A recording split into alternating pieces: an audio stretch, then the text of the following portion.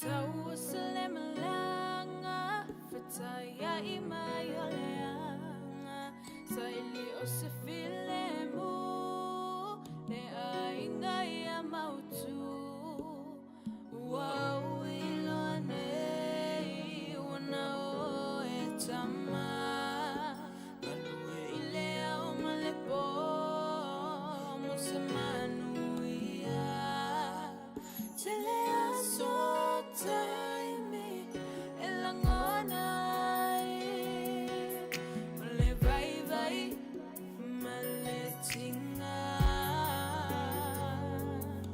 telei fa mai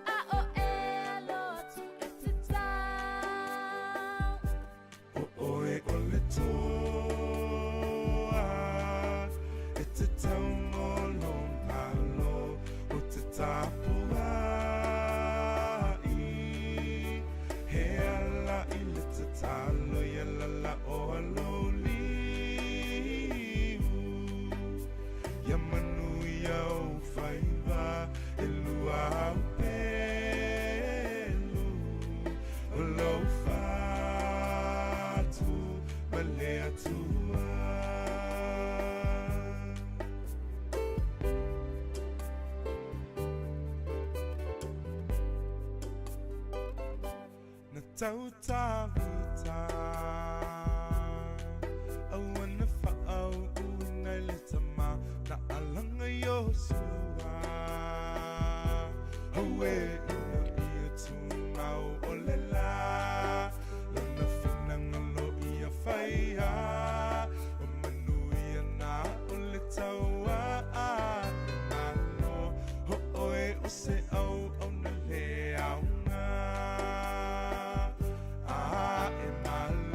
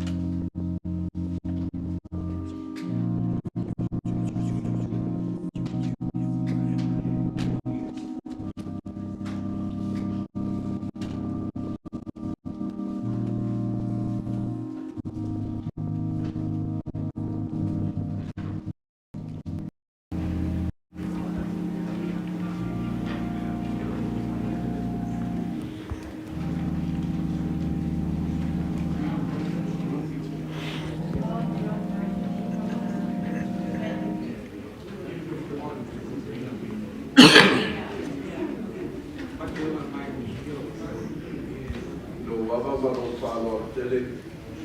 O te mala watu ai le malo le tātou tātou ina. E o tātou tuku lai. Mori mori mai le saa o tātou. O tātou tuku lai.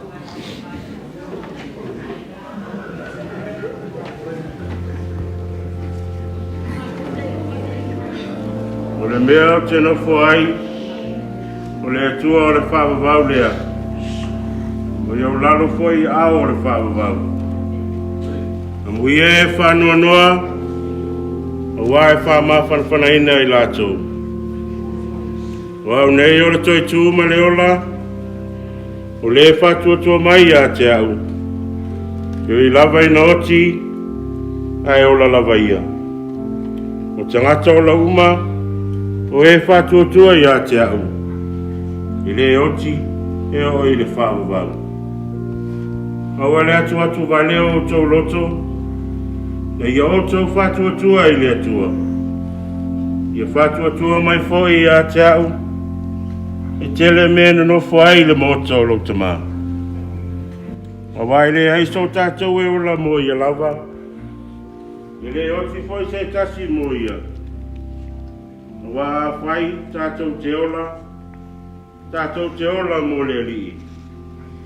Pea fai e oti mo le li. O le nei, pe ola pe oti tātou. O tangata lava o le li tātou. O wa o le mea lava lea wa maliwa e keriso. O wa toi tūmai ai. O wa soi fuai. Ina ia fai o ia mali e woti. A toa me e wola. Ia whaftaia le atua. E tamaro tātou ali o Yesu Keriso. O le na whana fuina tātou. O nolo nalo fatele. Ina ia i ule wha moe wola. I le toi tū mai o Yesu Keriso na i e woti. Ia i ule tofi e le pala. E le aise le anga o iai. O nganga o e ame o tonu. Wa ia ao le atua lea. I le toi o foi ati i lātou se meti ngā. A o pei lātou e woti manatu e valea. Mano lātou wha mawai pei o so lātou malea. A toa maro lātou malanga e se atu. E pei o lātou wha umatia. Ai pei tai, wai ati lātou, lo lātou manuia.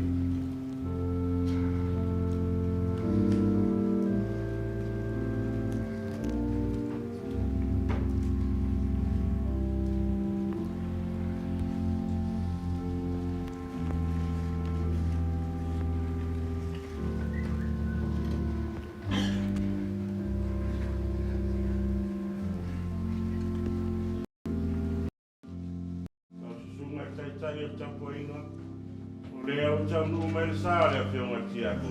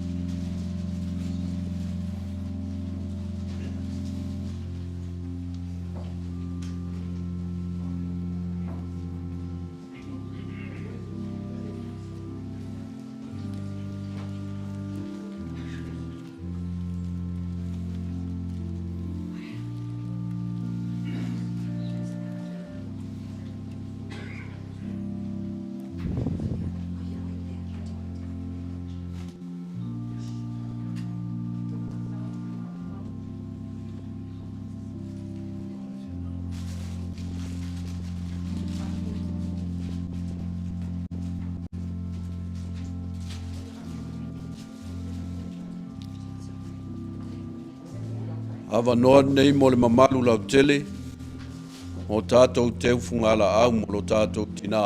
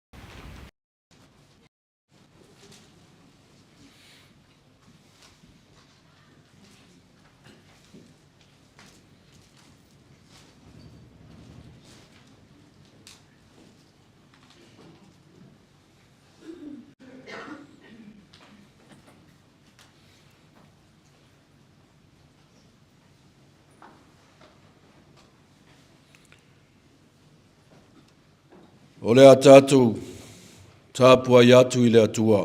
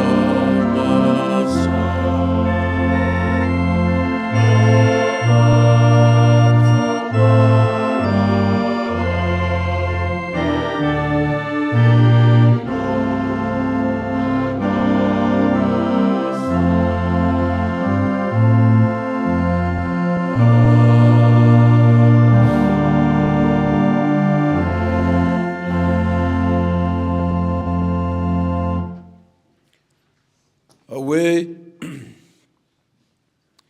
ua mālili utoa. Ua ma wai au penga o le taua.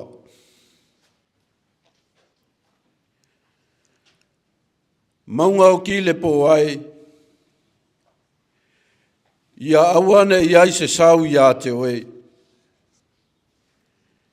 Ia awane iai se ua ia te o tou. Ua langona nei le leo i rama. Awa ua tāngi tu i rāsela. Ua nuti le kate. Ua ngau le mea taavili i le vai eli. Lo ua ue lau pele. O le a o le toe tātā tuli. Pe o te toe fafangu ia te oe lau pele. Faitalia le atua. Ma fafangu i lomo e ngase. Awe ai ngai. Le ka lesi ai. Ua ngase toa. Ua le nofo ia le nofoa o tā vita. Sei o tātou te talo mo le anganga pa ia. Tātou wifo ma te talo i le atua. A o e le atua le tamā. A o e lava le atua. Le alo ma le anganga pa ia. Wa e si la fia o mātou loi mata. A wa whaasifa nei le lao le sāwhai malanga o lo mātou tina. I lo langi sautua se lau e tumu i le mana o lau a fio. Wa e sila mai. Wa mai lo nu.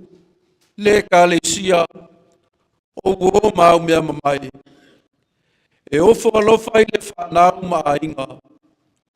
Ona o loto ua whaavau wa wina. Loto ua whaanoa noa. O loto lava ua nuti momoia. O le ala lea o le tāpua inga a whaia neilo mātou atu ai. Wana o sina mātou upu iti iti. E momoli a ai o fina ngalo ua maafatia. Ai ina ia tonu ma atoa lo mātou leo i la le tāpua inga. Ua whanau na watu ai o mātou loto. E te awhio mai e ala i lo wanganga pa ia. Se i e awhio mai e whaatu tumu o mātou nei loto. Tau tōlua ina lo mātou whātau waa. Ma tau tai le ngā luenga a whaia nei. Ina ia sao whangala mātou ngana i le whamaisenga. Mo i la tau o no lo fesoa soani mai. Ia vea ile toe sau ninga o lo mātou tina. E whai mavi inga o oelo mātou atua. E a mata atu i le aso nei. E o i le whaavavau. Whaavavau lava. Amene.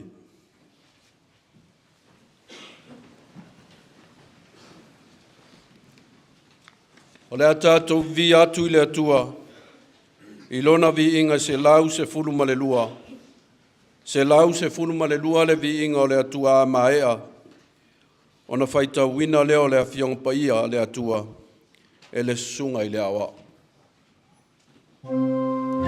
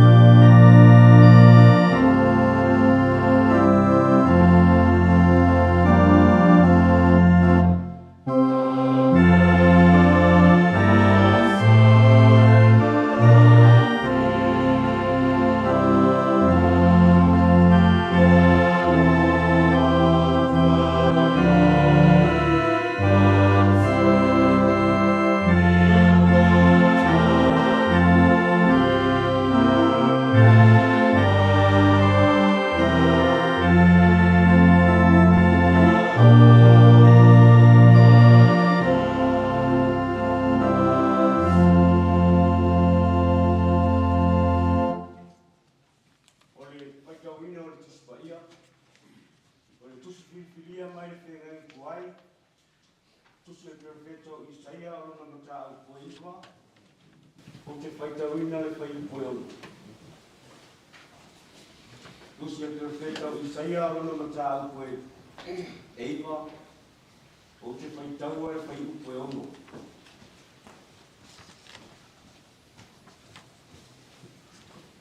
Awa whakana mai mo I tātou I tama.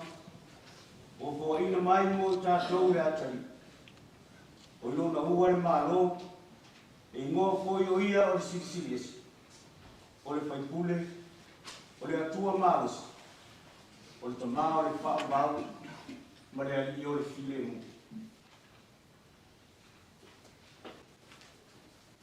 Tusi pilpilia ma le whenga I o fau. O le tara le lein tusia e Ioane o le nuptau po e lua se pulu.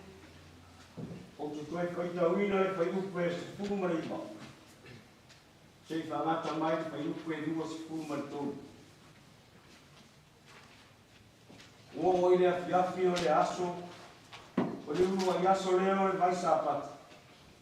Ua punu kia whai tuto o le mea na poto ai leo so. Ona o le whewhe I ai utaia. O mariu atu Iesu, o tui te tonu. Nga whetarai atu leo ia ia te lātou. Ia o tō manuia. O ia whetarai atu. O ia whetarai atu lea mea. O na whaari mai rea ia te lātou o na lima marona I tū. O na ori ai leo leo so. Ina o lātou wa ai atu lea. O na tui whetarai atu leo Iesu ia te lātou. Ia o tō manuia. Whapea ona awina mai o au e tamā. E whapea fōi ona o awina atu o tō. O ia whetarai atu lea mea. O na mana mai lea ia te lātou o whapea atu. Ia o tō taria lea ngā kaia. O nā tō malawa o te whamanga rina nā tō ngasala.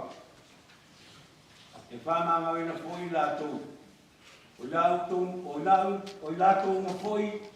O tu pea ia tō ngasala. E tu pea la vaia. Ia whamanu ia mai a tua le tātou whaponga me whanolongo miso a nā whiong pai. Pai atu mau tu pea li inga ia te nei, te ia o I le whawawau. Amen.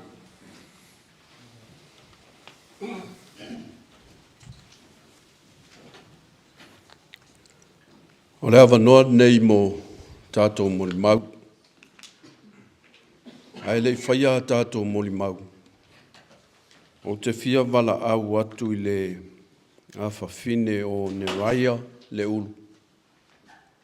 Se I ona tuu le moli ngā ole nei I lunga o se vaenga o awa noa o le saolo tātou tina.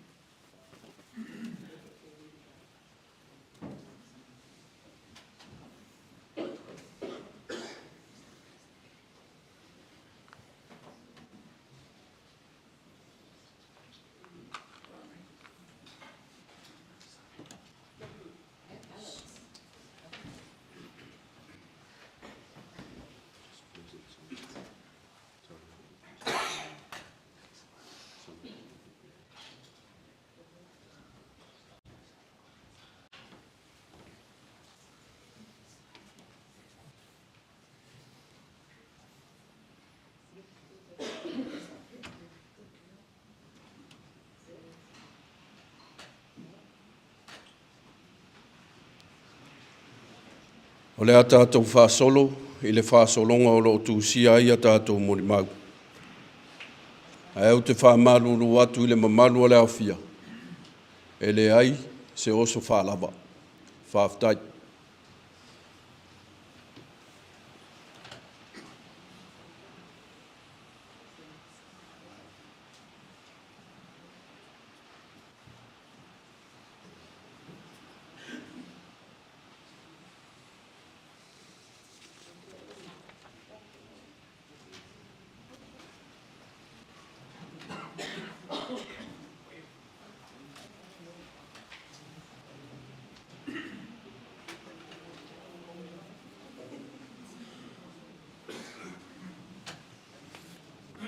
Timo mata to mon ma uma sei fa ngale pitole ale ala leo le iai whamolimoli.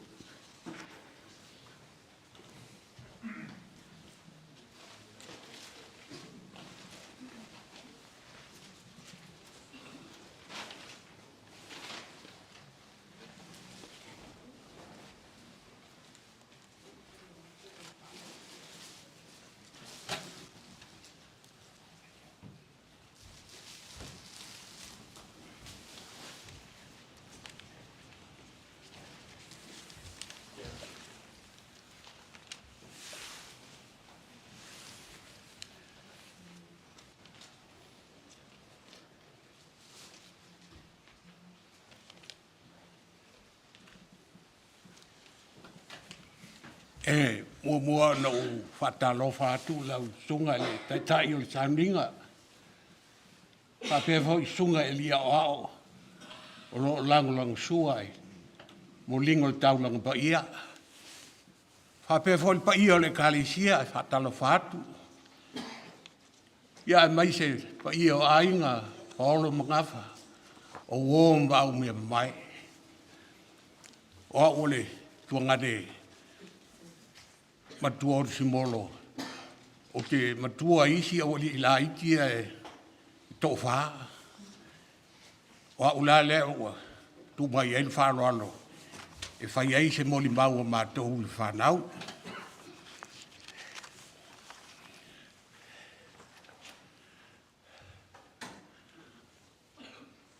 O le tamā o Simolo, o le ulu, timu, o lona tamā mai lona I whangaloa.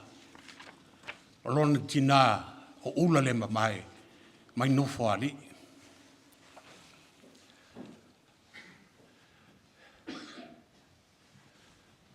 Na whanau Simolo I le aso lusfruiva o iuni, I le tausanga e tasi iwa whātasi. Sa onga o ia I le aonga tūlanga lua, so o ile ma le aonga nu au sala. Na malanga mai o ia I New Zealand I le tausanga e tasi iwa on tasi. Pai taimina matu la iti lava.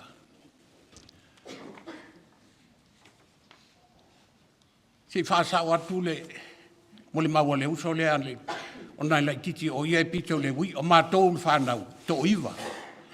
E ono tama e tolu teine. E matua le tama, pito Simolo. Pito le teine lea na ngalo le uso la titi lea na whailana mo le mau. Lona whai au, se whaasolo ai le wi, e wi la le leo, o afa, o suafa iau nasa. O le mea nai whaasa o tua I langa o leu. E whanau mai le li leo fui. O mo lewa na miliu se o tua whine nai ma e wā ma o ma Simolo. Nai o whapea se I whaila o mau na whaasa o leo le langa I lai titi le li ia. O ia e tusa e lona walu ia. Se so o lo ma le wi.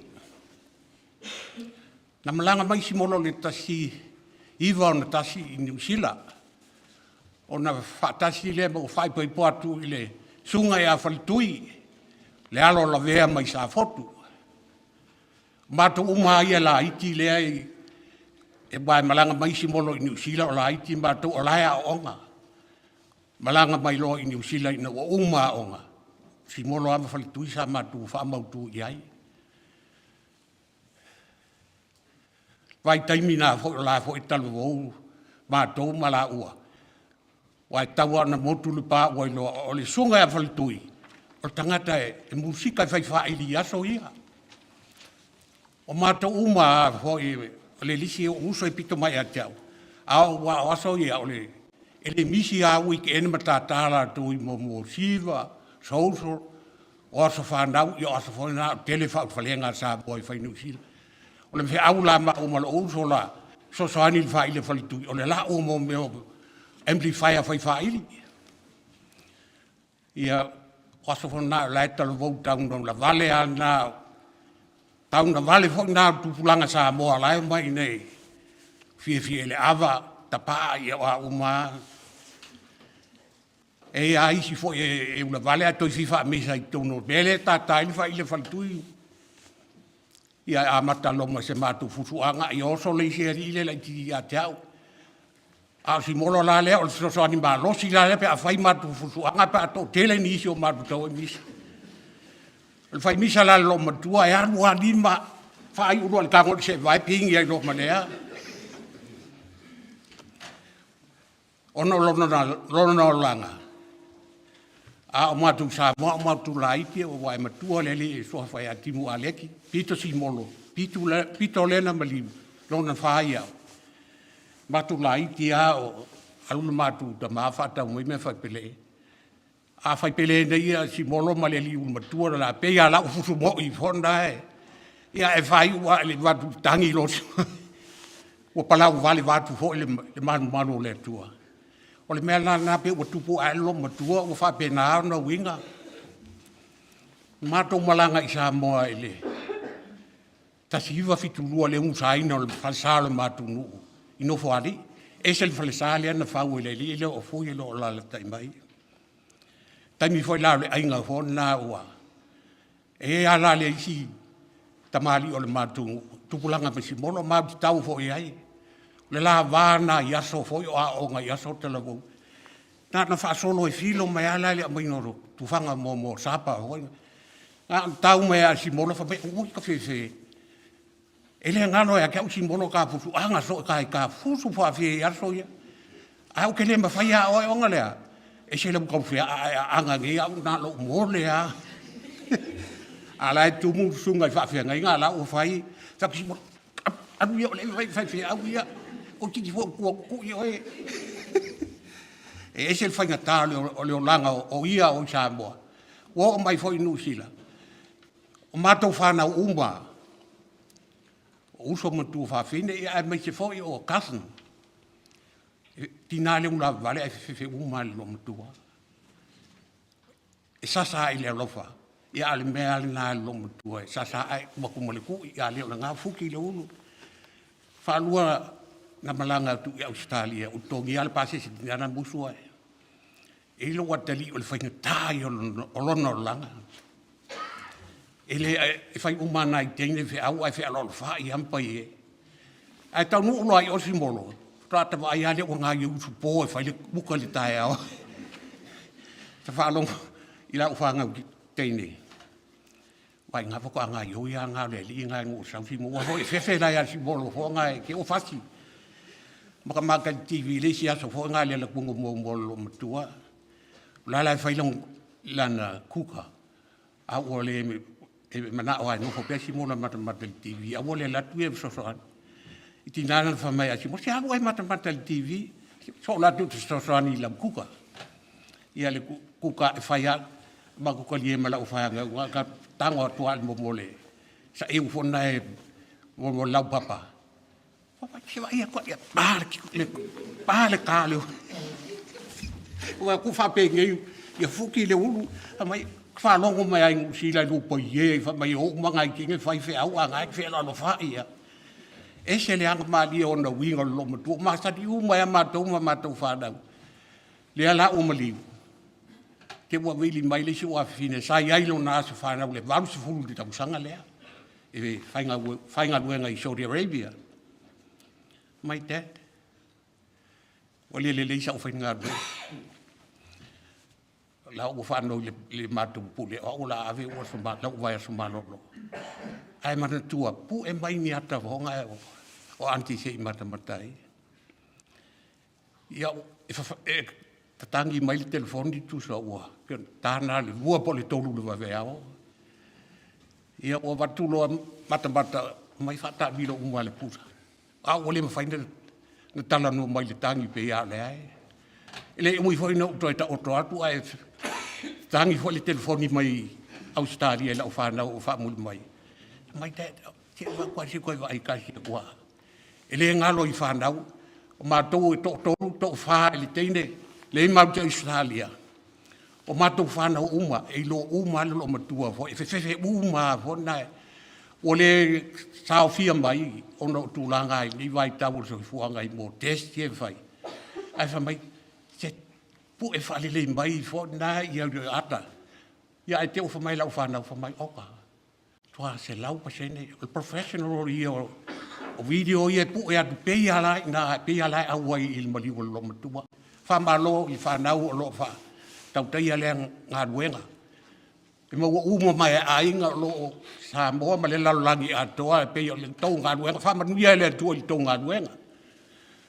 O le isi mea tau ai le ingoa le lo matua, Simolo. Wha matalanga le mātuta maa. Lon tina sa onga le onga le papauta ia sona moa. Sa whaia onga ia misi mai peletania o le auso i tōlua tamaitai. O le matua o misi molo, o le laititi o misi taunese. Ka mai e tōlua fo i on tua whawhine sa wha ingoa ia misi molo me misi taunese. Lea fo la o whanau mai a lana whanau. Lea la ia le ingoa ia o misi molo me misi taunese. Sa whamatala mai el to ina ia mātou, a o mātou sa mo ia so ia. Nā ina whamatala tua i pēr, ai tele le umatala lo matua e whamatala atu. Ia e talitonu, nā le tua e mōli mau ni isi o tala. Mā lia ia matala fo ia e pito silin ta ua le tatu so i fuanga. Ia e paule o sa mōli mau, a ia manuia lava le toi sa unginga o le tua whiwhine. Ia a mese lau sunga le tai sunga le whawhenaina. Ia mese hoi sunga i lia oa o lo lango long sua e tusa ma le whaamo moe, manuia ngā mui.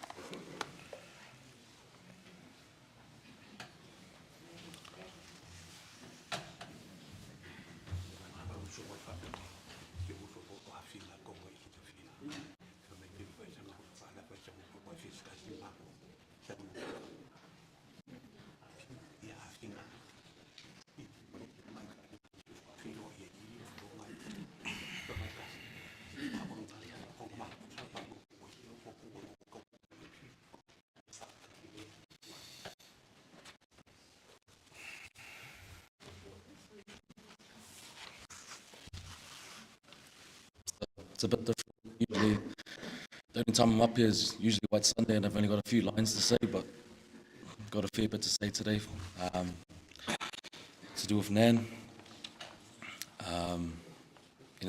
First off, I'd actually like to thank everyone that's helped us through the last 8 months with Nan. It hasn't been the easiest on our family, as we chose palliative care for Nan's journey. But to our spiritual father and mother, Tawhatolu and Whaletua Marina, thank you very much for your prayers. It's helped us out a lot and carried us through as a family. But yeah, just even the testimonies, the moli maus that were done yesterday at the on Saturday at the family service. It was just great to hear. Outside of what I know is for Simolo as my grandmother, but just hearing the interactions and the impact she's had on most people's lives, it's been a great experience learning more about her, knowing that, she did more than just giving people hidings. So, uncle and auntie that made the vai, she didn't necessarily drink it that much. She kind of gave it to me to try and help me lose weight. So, yeah, I didn't really work. But yeah, I'll start by saying, for those who don't know me, my name's Bradley. I'm one of Simolo's 3 grandchildren.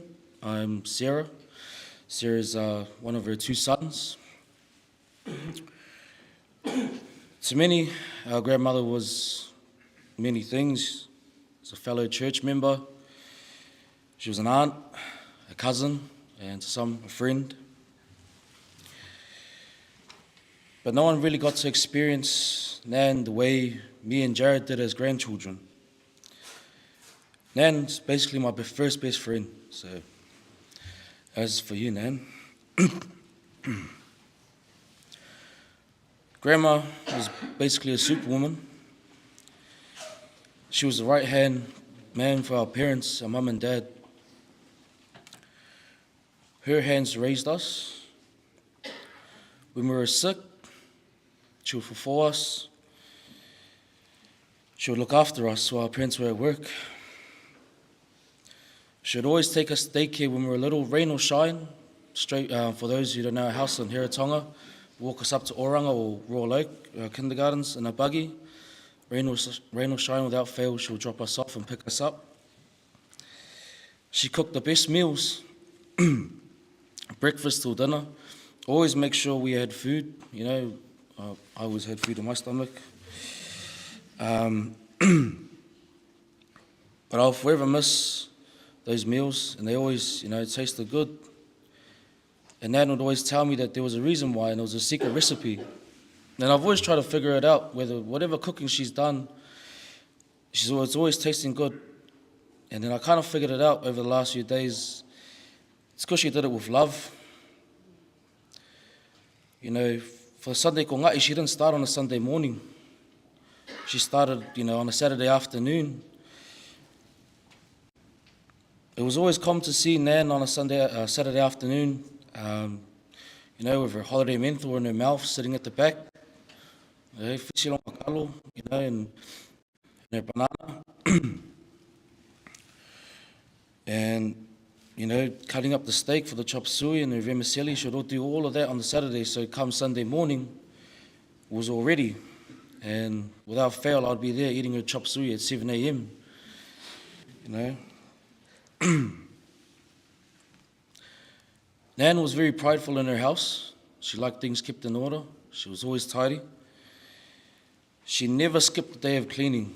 And like I legit mean, every day she would clean Monday to Sunday without rest. She had her own style of cleaning, so if things weren't done to her standard, you would definitely know.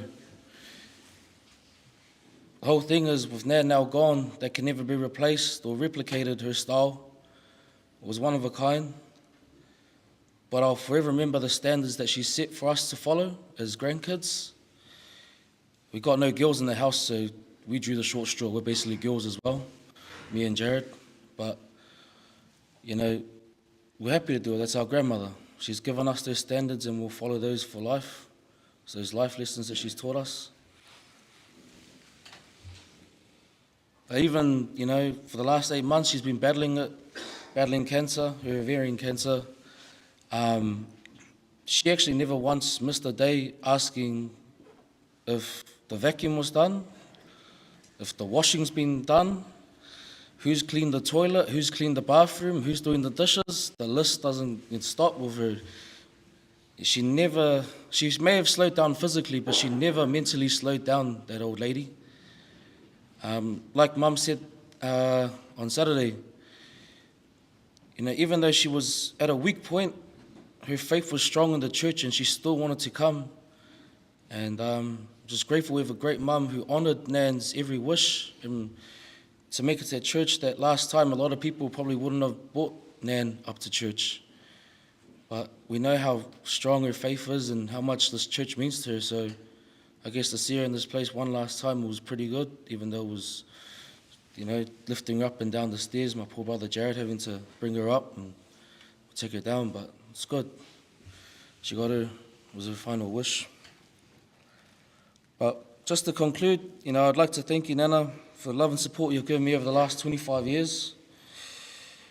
But it's now time for you to be with your parents, your siblings, and your husband. E Manuelo Malanga, Nan.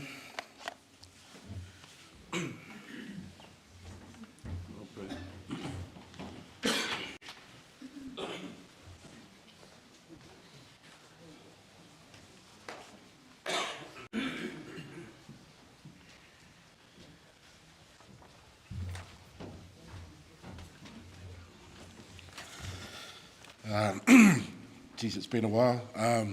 First of all, I want to welcome everyone that's turned up today. They've taken the time out to come pay their last respects to this woman. It's been an emotional week, but one that's also been quite gratifying, and bonding with my cousins, Wyn, Elisala. It was just a wonderful week. Lots of memories to enjoy. So I want to thank everyone. Thank you very much for being here today. It's been a tough 14 months for me. The challenge started in April last year with my wife diagnosed with cancer. It's a challenging period with chemotherapy, etc. I've never been tested like that in my life, ever. The journey ended in November. She came out right. We succeeded through God's prayers and my mum's prayers. But only to come out in November and to be greeted from news from my sister that mum had been diagnosed with ovarian cancer. It was a shock to the system. By the time I caught up with mum in December, she was a third of her size, barely able to stand, barely able to talk. It was very difficult to look. And when I saw her, I didn't see her living past January. I just couldn't see it. She was that frail and very much close to death. January comes around, she's still kicking hard. She's still telling us off, still looking at things to throw at us, and still abusing us if we hadn't cleaned up the house. I didn't think she was going to make it past January. The same thing happened in February. I was just astonished at her courage and her strength. To give you an idea, my mum was battling all sorts of illnesses, and she was in extreme pain. But she would never tell us kids the kind of what was actually happening. So I say to my mum, "Why am I earning yasu?" And for a woman that's suffering lupus, extreme arthritis, internal blockage in the kidneys, she said to me, "Wa makua, paua le o langa." And I said, "Why don't you just tell us that you're suffering all of that and the pain is too much?" But no, Mum, being the person she is, she's just very, very stubborn. It was an opportunity for 8 months to get to know our mother. My mum, her life is all about the church. Nothing else. It's all about the church. Te whakasa, that's her. When we visited her as much as we could to support Sarah. In January, I got a fair idea just how difficult this challenge was. My wife, Yoli, said to me, "I want to go and stay the night and help out Mum." She said, "Go for it. It's good." The following day, I saw Yoli, and she looked really exhausted. And I said, "So did you get up 10, 12 times a night, for Mum to help Sarah?" And Yoli looked at me, she goes, "Hey, she got up 23 times in one night." This would be my sister's life for the next 8 months. Before she'd go to work, this was her looking after Mum. When she'd go, Jared and Bradley would take over. Jared's finishing his last year off in sports marketing, and Bradley's running a successful business. But they put that aside to care for their nan, and it was round-the-clock love, unconditional love. So much so that when the hospice nurse turned up to the house, she literally told the trainee that Bradley and Jared had rewritten the rules of palliative care. It was amazing to see the love and the attention that they gave, and it was awesome. It was also a great opportunity for me because I got to ask questions to my mum that had been burning in me for many, many years. My mum doesn't talk much about the past. Like I said, it's all about the church. So I plucked up the courage to ask her one night. We had many nights of tears, many nights of hugging, many nights where we were lying next to each other to find out about her as much as possible. So I said to her one night, "Mum, I'm a Dad. You never said anything. I just need to know how you got to meet Dad." So when I asked that, I stepped back expecting a right-hand cross to come over, and it didn't. So I sort of sat there and I sort of said, "Okay, come on, Mum, tell me what happened." So in 1962, in Nufuali'i, a 20-year-old female was told by her father that she had to go to New Zealand because her older brother, Aleki, couldn't go at the time. And in those days, there was no flights to New Zealand. You had to come to New Zealand by boat. So this 20-year-old female has suddenly been told that she's going to a strange country, that she'll be on the boat in a couple of days. When she got on that boat, it was night time, and she saw lights as she was standing on the boat. And she thought she had arrived in New Zealand, but someone told her, no, you're in Fiji. So she got to Fiji, and her brother Alekia told her, do not catch the boat from Fiji, New Zealand. The water is treacherous, you'll be sick. So he organised through his contacts a flight to Whenuapai Air Base. So she landed in Auckland and up in Whenuapai, and there was no one waiting for her. She had to hitch a ride with friends from Whenuapai into Franklin and Herne Bay, where she would stay with her auntie. Very, very difficult time for young Samoan females in New Zealand. Very, very difficult. She was homesick. She missed her mum and dad. She missed her family. But there it was before her, her journey before her. There's two events here that I want to mention here because this would shape the rest of her life forever. The first one was her encounter with a very special Samoan woman who to this day, even to Mum passed, Mum still looks up and holds in high regard. This woman helped so many Samoan women make that transition into understanding New Zealand, into living New Zealand, into making that life a little bit easier. And this woman helped so many families, so many women into settling into New Zealand. That woman was Bona, which is Tau Iri's mother, who I regard as the first mother of the Onehunga e Whakasa.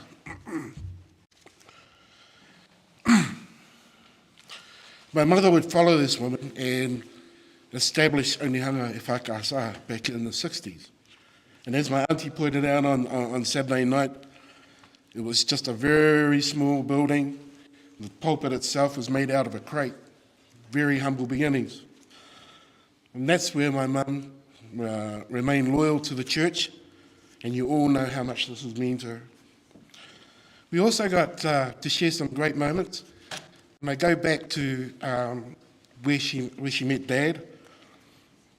There was a place back in the 60s in Auckland, there was a few night venues back in Auckland back in the 60s.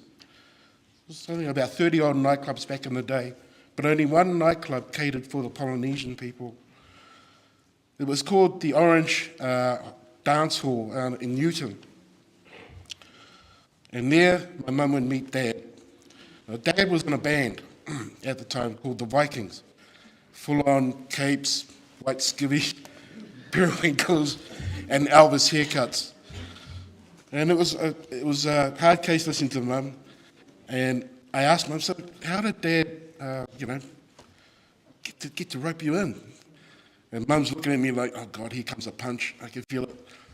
But she sat back and she said, well, I was there with my girls. We were there on a Thursday night, and Dad's band was playing. I said, so, he says, Dad was such a show-off. He was singing along, and he jumped off the stage, and he made a beeline for my mum, just like out of the movies. So he headed for my mum, did his twist the night away, whatever it was, and he came back after the session, and he made again a beeline to my mum. And I was getting all excited listening to this because I've never heard my mum mention any of this. And he said, yeah, so Lolo, Dad, wafukalangi ake up. I said, yeah, and then what happened? And he goes, I said, "Nā mea ka mai." That's so typical of my mum. And my dad just said, oh, I've seen you from the band, I like you, I just want to go around with you. So I leaned forward expecting, a very un-Samoan, un-mum answer, and waiting for her reply. I said, what did you say, Mum? What did you say? She did a whakue, swako oma ulei pōra. And I thought, I really should have uppercut myself, because that's just described Mum to a T. That's how she was. And for many of you, it's exactly how I expect Mum to answer. Yeah, so much for waiting for that romantic reply. We had many nights like that, many tears and many moments where she shared a lot of stories of the people she loved. especially the church. So I knew to ask the right questions when I came to visit her. Don't talk about the rugby, don't talk about anything else, talk about their whakasa. She would often throw names, so I would say to her, how was church?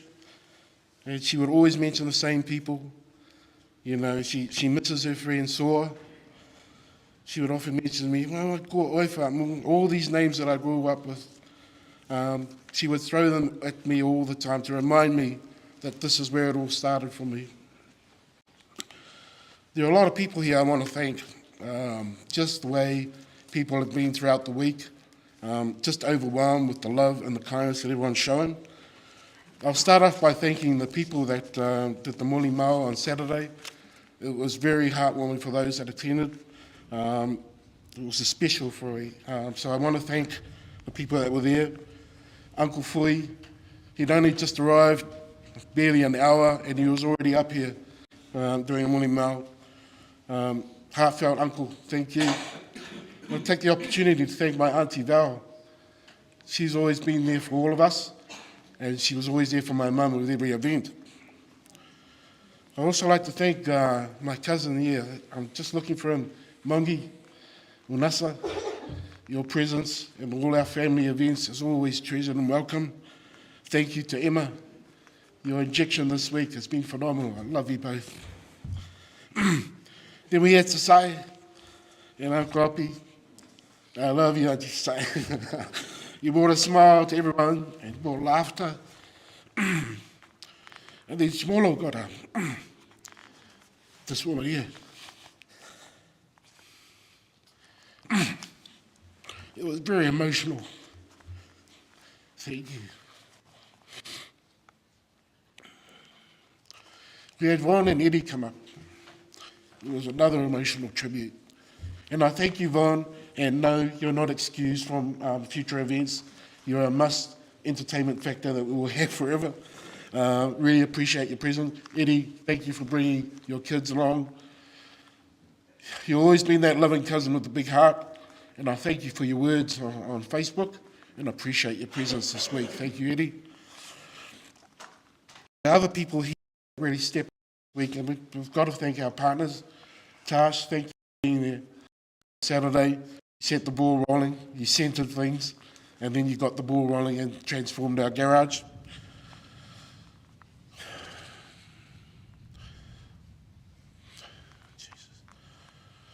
There are those overseas that we need to say thank you as well. These were mum's kids, the likes of Joey, Witi, Michael, Wawita, and Igalei. You guys might be in Australia, but my mum's heart's with you guys. We'd like to thank our two new nieces to the family, Anne-Marie and Leilani. You guys have been tireless this week and added everything that you could to help the event. Thank you both. Appreciate your love. There's one person here that is the unsung hero here. That's my brother-in-law, standing over there. Mona was like the bridge for us that are born here to give us understanding. He stepped in and just led us throughout this whole thing. I appreciate your knowledge, your experience. Thank you very much, Mona. I appreciate your love, and thank you to your family. There's two more people here that I have to thank before I leave. It's my uncle Leulu, because now he's the head of the family, the oldest. His presence was very valuable to us when he arrived, and we treasure you being here. Most important family, member in our family at the moment, I thank you, my Auntie Zena. This is my auntie, this is my godmother, this is my sister. In other words, she is everything to me and Sarah. It wouldn't be complete without her presence here, and I thank you from the bottom of my heart.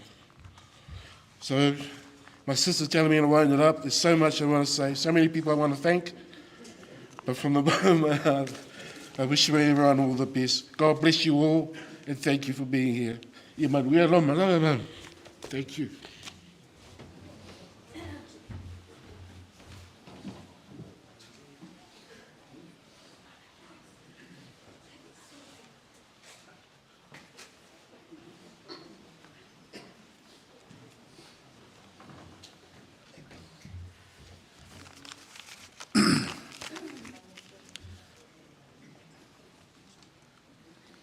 Whaftai lava I lau sunga le whawhengainga.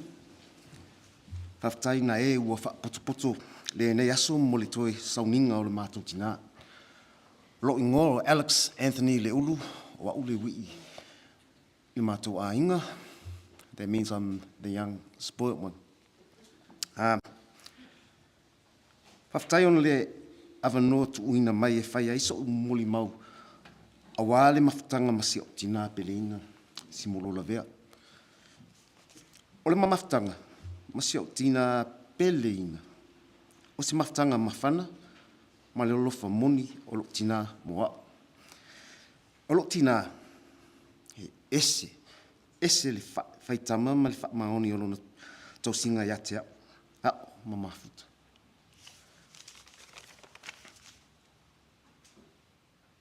Thank you to Reverend Tafton and everyone in attendance today. I'm going to be really brief. I think I don't want to make everyone more sad by having to look at my ugly crying face. So everything that you've heard today has already been covered, and the thanks that my brother Joe has given out, I concur with all of that and everything that we've discussed. And I just want to touch on a few things, and I'm getting the hurry up as well, and that kind of makes sense. But to be honest, it's also an excuse. So much has been said about my mother's tough love. You've heard that replicated throughout a lot of the stories. To be fair, I was the spoiled one, and I didn't get to be at the end of any of that stuff. I might have been the referee on the odd occasion, but I was very, very fortunate. So my focus is on Mum's generosity and her love, which is another thing that we've heard a lot of. She was very generous. She was generous with her support. She was generous with her spirit. She was generous with her undying care for everybody's welfare. And a lot of the lessons that we got from her was about this care and love from her. And to me, I mean, the care was to my parents, my aunties and uncles, my siblings, my friends, and anyone that came into contact with her. Sometimes she overcared. And I think my little story is, and it was the only one I could think of, she would always shelter me from all sorts of things. She would make sure, she would say, don't go swimming because you'll drown, even though the pool was about that height. She said not to play rugby because I'm going to get hurt. And I thought one time she had changed her ways because I was 9 years old at the time. And during that time, there was this really flash BMX bike. It was called the Panther. And I was looking forward to it. All the ads on TV showed this bike can go up hills and you can race your friends with it. So I was really excited. And she said, son, we'll Molo Panther. I said, cool. The bike turned up and it was the Panda. And it was for 5-year-olds. So when I rode the bike, my elbows were like this. And that was her way of trying to keep me safe. So I rode that bike for the next 5 years after that, just to make sure that her heart was content, that I was safe. And that's the way she was with everyone.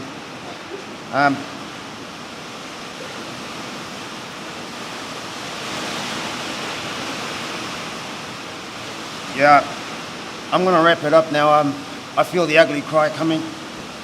But one thing I would like to say is that Mum loved church so much. I would have loved to finish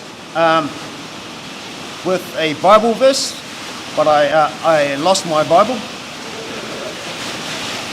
But that's a sign from Mum to pick up the Bible again and come back to church.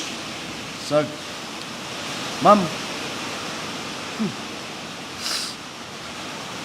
manuelo malanga, I love you.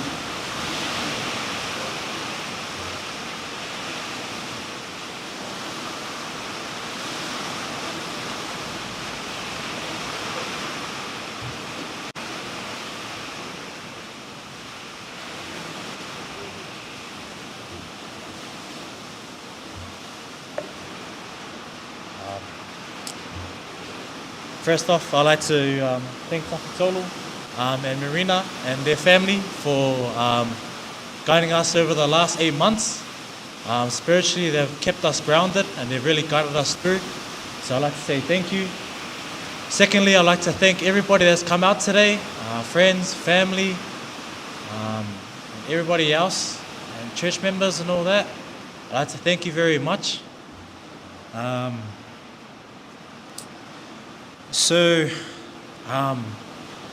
Writing this eulogy wasn't easy. Not because of trying to figure out what to say, but it was just because, there's so much that my grandmother's done for us. And for people that know me, I'm Jared, I'm the youngest grandson. I'm the most good-looking grandson, what Nan used to say, and I'm her pepe. So what I did is that I figured out 3 main topics that I just wanted to elaborate on. But my older brother, he pretty much gave you a pretty in-depth rundown on what Nan was like. So first, I just wanted to start off with her lifestyle. Like Brad said, she could never rest. What a typical day looked like was she would wake up early, start the vacuum, and you hear it 8 o'clock. And then our doors would be closed, and then it'll be doom, doom. And then she'd be like, open the door. And you open the door, you're half asleep, and then she just walks around your room and doesn't care about you, just carries on. And then after that, after the vacuum, she'll do the mop, go through the toilet, go through the bathroom, and after that, she'll have a little bit of a break. She'll read a couple of Bible verses, and then she'll just go on about her day, go check the rooms, make sure all the beds are done, make sure if she's missed anything else. But that was Nan. Like Brad said, even to when she was, her health started to deteriorate, there are times that she was in pain, and we'll be helping her, and then the first thing that comes out of her mouth is, well, faile vacuum. And I was like, oh, Nan, we got to make sure you're okay. She was like, I'm just making sure, my house is clean. I was like, okay. We'll make sure we do the vacuum, and we'll make sure we do the mop. And that's something I really dearly miss with my Nana, and we'll definitely continue. We'll look after your house, Nana. Another topic is church. Nan really loved her church, and she was a proud founding member of this church. And whenever it came to Sunday, she loved having her grandchildren or all the other children in the church walk her down the aisle, take her to her seat just at the back over there, and she'll sit down with her shoulders back, and she'll wait for the local to start. A little story with how much church meant to her was that we had a rugby final and we won, and played at Eden Park. It meant a lot to me, and I came back home, and I was supposed to go straight to the club rooms, and I came back home, and then I was like, Nan, we won the final. We played at Eden Park, and then I was like, oh, that's good, Marlo. Are you coming to church tomorrow? And I was like, oh, okay, thanks, Nana. I'm going now. So yeah, I made sure I turned up to church next day. I was a bit groggy, but still made it. So that's the main thing. And the last part was, the second to last topic was her family. Her brothers, her nephews, nieces, her sisters. Just her unconditional love for her, for her family was just, I think like Uncle Alex said, there was a couple of times where, she put other people before herself. And that's something that we've really taken away, and that's something that we'll try to continue with her legacy. Also, sorry, I was supposed to add in that one story with our family that, there'll be times where Australia will call and she'll be on the phone, and, we'll leave Nan, it'll be an hour. Oh, okay. 2 hours. Oh, okay.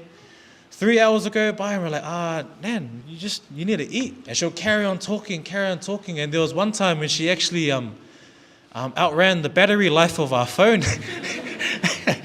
And she just, she loved all the catch-ups and all the talks that, Australia or whoever called from church, and, she just loved every moment of it. lastly, I just wanted to talk about her final last little run. Was elaborated before, last year in November, we got hit with the news that, she had ovarian cancer. It was a bit of a shock, but we knew what was ahead of us.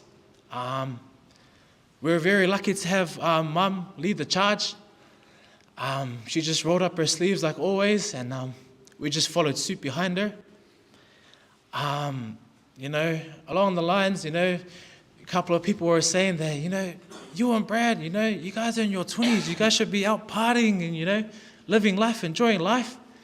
But I always came to say that, it's just a small part of our life that we should, sacrifice. And, like Brad said, her hands raised us. And, it's only fitting that we, stick by her side to the very end. It's just surreal and how everything, unfolded. Cancer just swept in and took our Nana very quickly. But last week, we went through all the necessary precautions, gave her all the medication. But I got to the point where the pain was too much, and we're like, okay. Mum said, we'll get in the car, we'll take her. And we're driving the car, and she was very quiet. And Mum described it as it was like a kid looking around, enjoying all the lights at nighttime, and not knowing that was our last ride with her. There was she wasn't in pain or anything.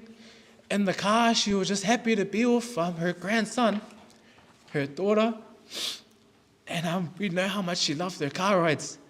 So she was just taking everything in, and then until we took her to the hospital, I said one last goodbye, and we took her in, and then she was heavily sedated. She was conscious, but she wasn't unconscious, if that makes sense. But we'll be sitting around there. We'll make sure that there's always someone around, with her, and we'll make sure we have a timetable that we stick to, because we know that, Uncle, Auntie, Brad, we still got things to do. So we made sure that we worked together and we got by it. On the very last shift, I came in, I was trying to G myself up, listening to some 1-4 in the car, and then I got there, and, my Auntie Yoli was there, and the nurses were showing Mum, how to put Nan's medication through her stomach, and then,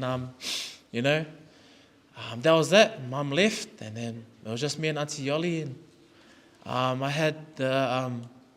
I was just blessed to be there for Nan's last breath. She took one good last blink, and that was her. And I was just very grateful that, that for the very last breath, there was someone with her, and she went peacefully. But in those moments, I was encouraging her, come on, Nana, one more day and we'll bring you back home. And I kept on encouraging her, but it got to the point where I said, you know what, Nana, if you want to go, you can go. We won't be angry at you. You've raised a tribe of children and everybody. We won't be angry, Nana. And I saw a little twinkle in her eye. But to conclude my eulogy, you told me even till this day, when I'm 22 years old, that I'm your Pepe. And, I'll forever be your Pepe. I miss you every day.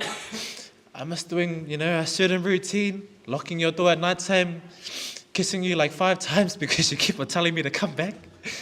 But yeah, you'll be gone, but you'll never be forgotten, Nana. I love you so much. Once again, thank you to everybody. Thank you.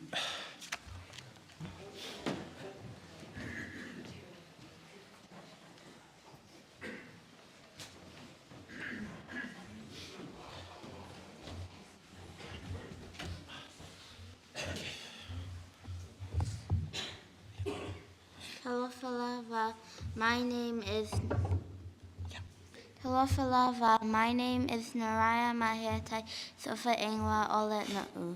I miss my Nan very much, but I know she's in heaven and at least she's not in pain anymore.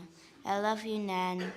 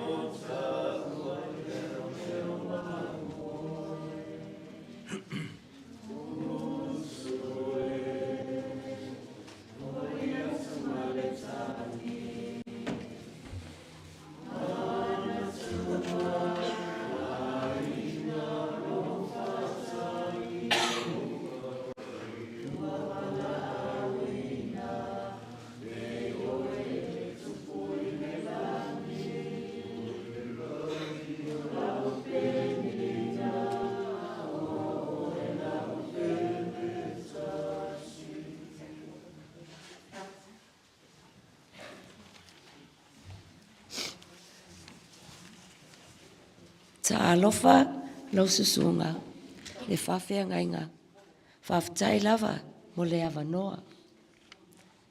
Now I'm hoping that so far, with all the eulogies before me, has given you all an indication of our hard-working mother and beautiful, loving Nana. As a long-time church member, she's well known to her long-time friends and just the church in general. A childhood memory popped up last night when I was trying to write my eulogy. Joseph turned 5. He was attending school, and I was still about 3 at the time. We dropped off Joseph at school. Went home. I was playing with my toys. And Mom says, "Sau tau Tipene. Tipene potu moyo tama," which was my uncle's rooms back then. Mateo moenga. Let's go and tidy up the room and make the beds. So I dropped my toys. I tried to follow her instructions. Fold the sheets, tuck. I quickly lost interest. It didn't follow her instructions. So what my mom did, she just reached over and grabbed my long hair and pulled it. So from that day on, I knew how to make beds.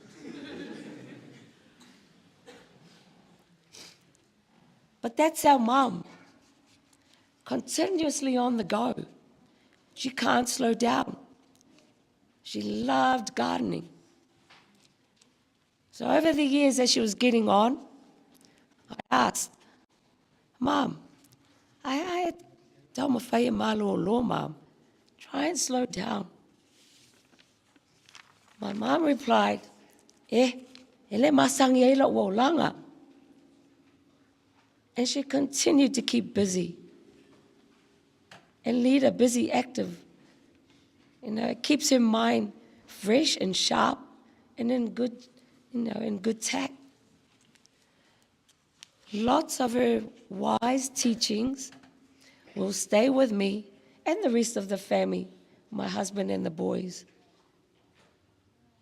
And one which relates to church, the church offerings and general life, Sarah, whaamua lau a inga. Whai mea whale lotu. E momoli ai mavi ia whaftai. Le ola mane mahalosi. E whai ai au tiute. E te tono lau a inga. Sorry about my voice. E le ngalo au Whau tua lelei. A wā o lea, o lelei ei ma o a inga. Hei ala mātou tau mawhai atu, le tātou mata whale, ma o ma Simeona. The importance of family and church. Thank you for keeping us grounded. Now, just a little snippet of caring for our mom. In a nutshell, actions speaks louder than words. Leo telenga luenga, ilo upu. Leo telenga luenga, ilo upu. However, my two sons, Bradley and Jared, gladly rolled up their sleeves that we do everything possible to take good care. We shared laughter, stories, cried together, and continued long lectures.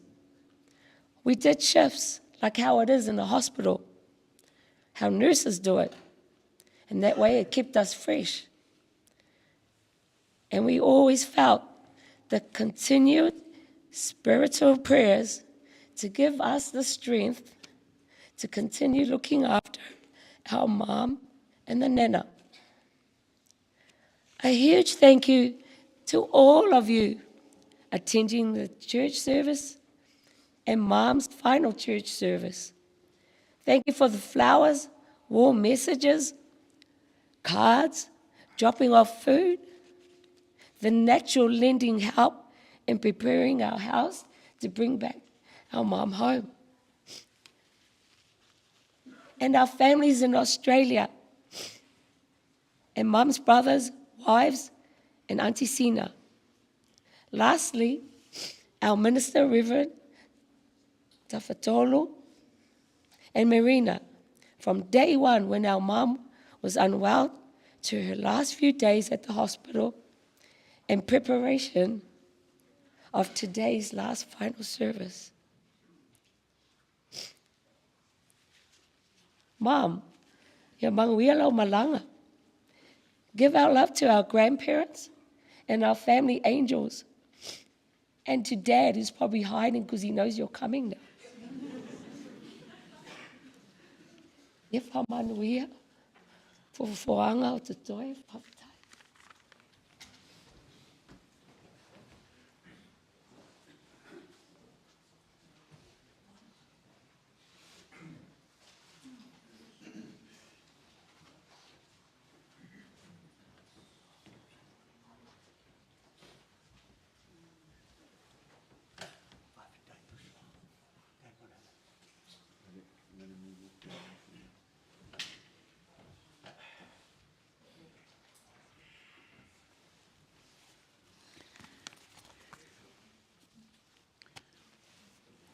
Whaatulo watu le paia manu malu o sauninga.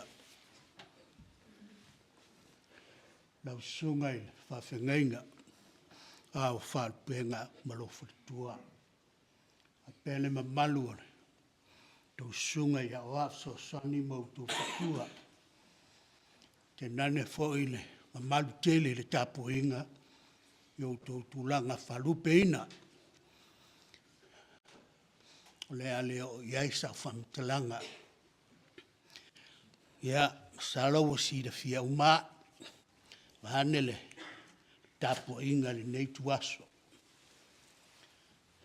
Te momua ono whaftai. Whaftai tele lau sunga le tamā whale nganga. O Simolo Lavea, male nei a inga. Whaftai mo le hamanoa o tuina mai moa. Sa o manatu lava o te usita, uena o matua ia te oe. Ia taritonu le o seisi. Leanga o loutua asa maola whatasi malua. O le uso ia te au a pelu le levanga loutua a, masi o tina.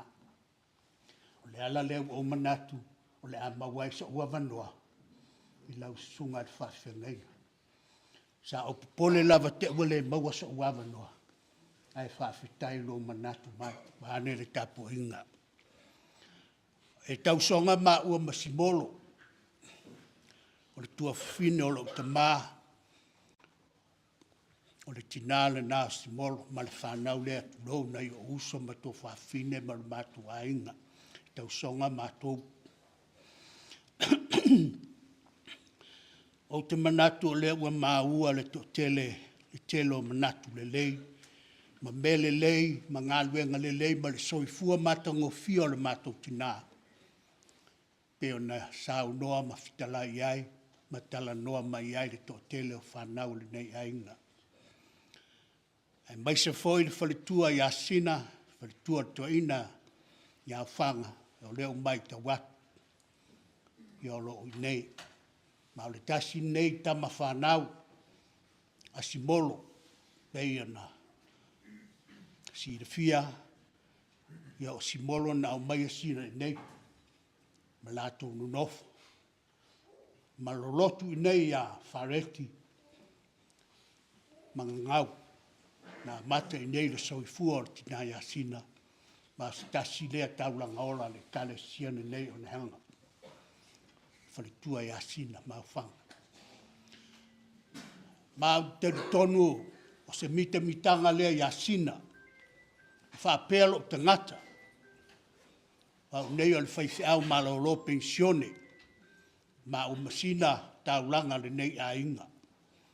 Ma se mitanga lea ia ma o masina i le ngā luenga, ono o le soifua tautua, ma le soifua ngalue, o mātou tua whawhine mātutua, Simolo matau nesi, ia matau songa, mātou iai tonu nei, atunu o Nusila.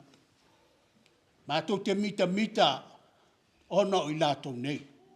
Ai mai se lava ia Simolo matau nesi, ilo lātou soifua ngā lulue matau tua i ngā luenga le atua, le nei tua le mita ngā luenga. Sa vema mitanga ia mau. Ai mai se fo ia te nei.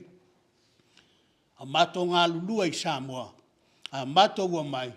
Io i nei lava sa mato wasiasi mai iai. Ia mau a manoa mato te. Mai fo i nei tu se malevala. Au whaalo alo. Taimi o whareti ti maloa. Male whalitua i ngau. Le lato tau tua. E mita ai mato o le ngā luenga. O te momoli atuai la ufafta i tele,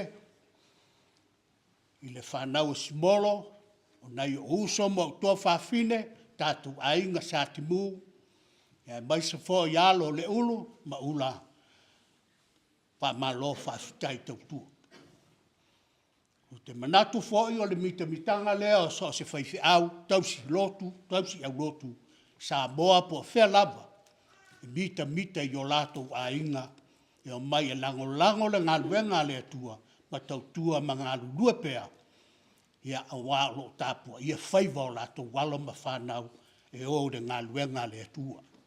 Le momoli atuai la ufafta i tele, i nei tua le tātua inga, tulou tāpua inga, ia ano o lo tau la mua, ma lango le ngā luenga. Ana le Simolo ma tau nese, ia le lotu la wali i whalonga. Tāle la, tu go. Ai peo le au ngā nā Simolo ma tau neser tau mawhaie. O nai tua ngane, ia a mesa fo i na mātou wāinga. E au mai le lotu. A lea. Lea ua. Ui a ua. Wha ilangi le wholau ngā tau nese. Ia o la tō la manei sa tau la mua i nei au lotu o onehanga. Ia ua iai lo la tō sao au ngā. E momoli e toi foi lau whaftai. E le ngata i tina i a Simolo mo nalo, ai whape fo i a tau nesi. E ui na whailangi le whaulanga i Australia. I a unei nā fua atua i whamanuianga le atua, i lo lato soi fua tāpuai, i a male lato o unanga. I a mole si la fia, le tātou a inga, wa sia ona toi maua sia vanoa tātou te whailuai, i a ono wato tele wau mau Australia. Awa vele vala awa le atua i le tātou tinao Simolo. Nā na whapea tuai se avanoa, awa ne motusia. So tanga mawhana o le tātou a inga, o tino o toto ma ano, ia wha awa upea e tātou soifua maola. O mauna tua le au mātutua, le wala tātou te sāwa bali ma soifua, ma ngālu lua e whātasi, ma tautua i le ngāluenga le atua.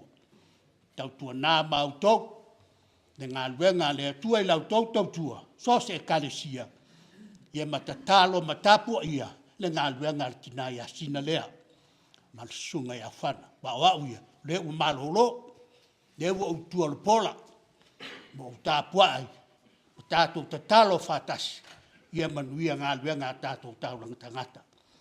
Ia mo le silafia i lau songa i whawhengainga ma le whalitua, ia o se au tāua lea mo lo mātou lava ainga, ia mai mātou uma o te toe le nei ainga, wau whasolo solo ina mātutua, wafu le soifua nisi, ia iai le whamoe moe, tātou te mafuta pea, ma te talo pea, mo le manuia o le tātou ainga. Ma tautua nā mautou le lotu, le ngāluenga le atua, tāpua ia ma tautua. Tau sunga e whawhengainga tawhitolu, o anu si seo le mātou tina i Simolo. Ia ma le nei ainga, le nei tua le ainga, i la nātou tautua i lau sunga, ma le whalitua ma le kalesia o ne anga, ia e whamalurua. Ai ai le talitonunga, le wala aua le atua, le ai e maua pea, oso le la, to e maua pea nisi o mai e tautua lau sunga, ia ma ngā lulua e ati a e le ngā luenga le atua, i le nei tua o le tātou mata ngā luenga. Ia na whapele o se manatu, i le nei umi, ai wilea, ia wa iai le manatu ma le nganga whaafitai, ua maua so ua no le tu whale nganga, ia mo e si le fia, si le fia foi le tātou au lotu i hanga le soifua ngā lulue o le tina ia Simolo. Whapea foi le tina ia tau nese. Nau e ui o maliui i Australia a ui nei na fofo atu wailo lato soifua. Ma le isi nei tātou wainga, tu lou le, pa ia le kalesia. Ia, nei whapea wa ngalo o tau. Na maliu tau nese, ia mātou saori tupe, o au nei nā luatu tu ia Simolo le seleni, lafo atu a walo mātou vale alofa, i le nai tu o le tātou a inga i Australia. Uina mabao, au lea na o atu ono lea, o le alofa. Manatu le tātou a inga. Ia alofa ngia le tu aftafi mala le malanga le tātou tina. Manuia tele le tātou a inga. Manuia lau sunga le whawhi na inga ma le whatua ma le no whalo. Maua le lua langi no maa. Ia, maua ni e nganga stele, a wale lua ngā luenga fau. Loto te tele maoro sa. Ia anga le leile e tua i lau whai ngā luenga. Sunga ia soaswani, ia maulu to langi mama. Ia maulu to soifua le lei. Ia wale lango lang sua i le ngā luenga, mai se sunga whawhenga inga marwhatua. Le maue i eile awa malua wai umai. Ia, manuia lau sunga le awa, malu whatua. Ia, maua se ngā luenga staimi, nata mai whaanga ina le soifua mo le li. Manuia tele le tāpua inga, manuia le tātua inga whaafitai.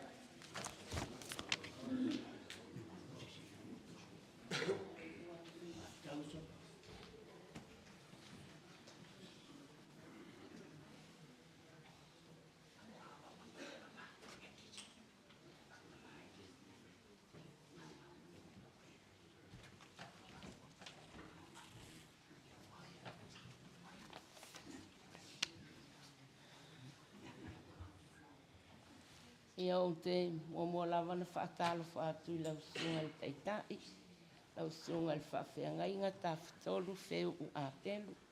Ia e mai se o lau au waa, sunga ia oa o sosoani, ia e mai se o le sunga I le oa o maalua, whaafitai soifua maua ma le langi e mawā.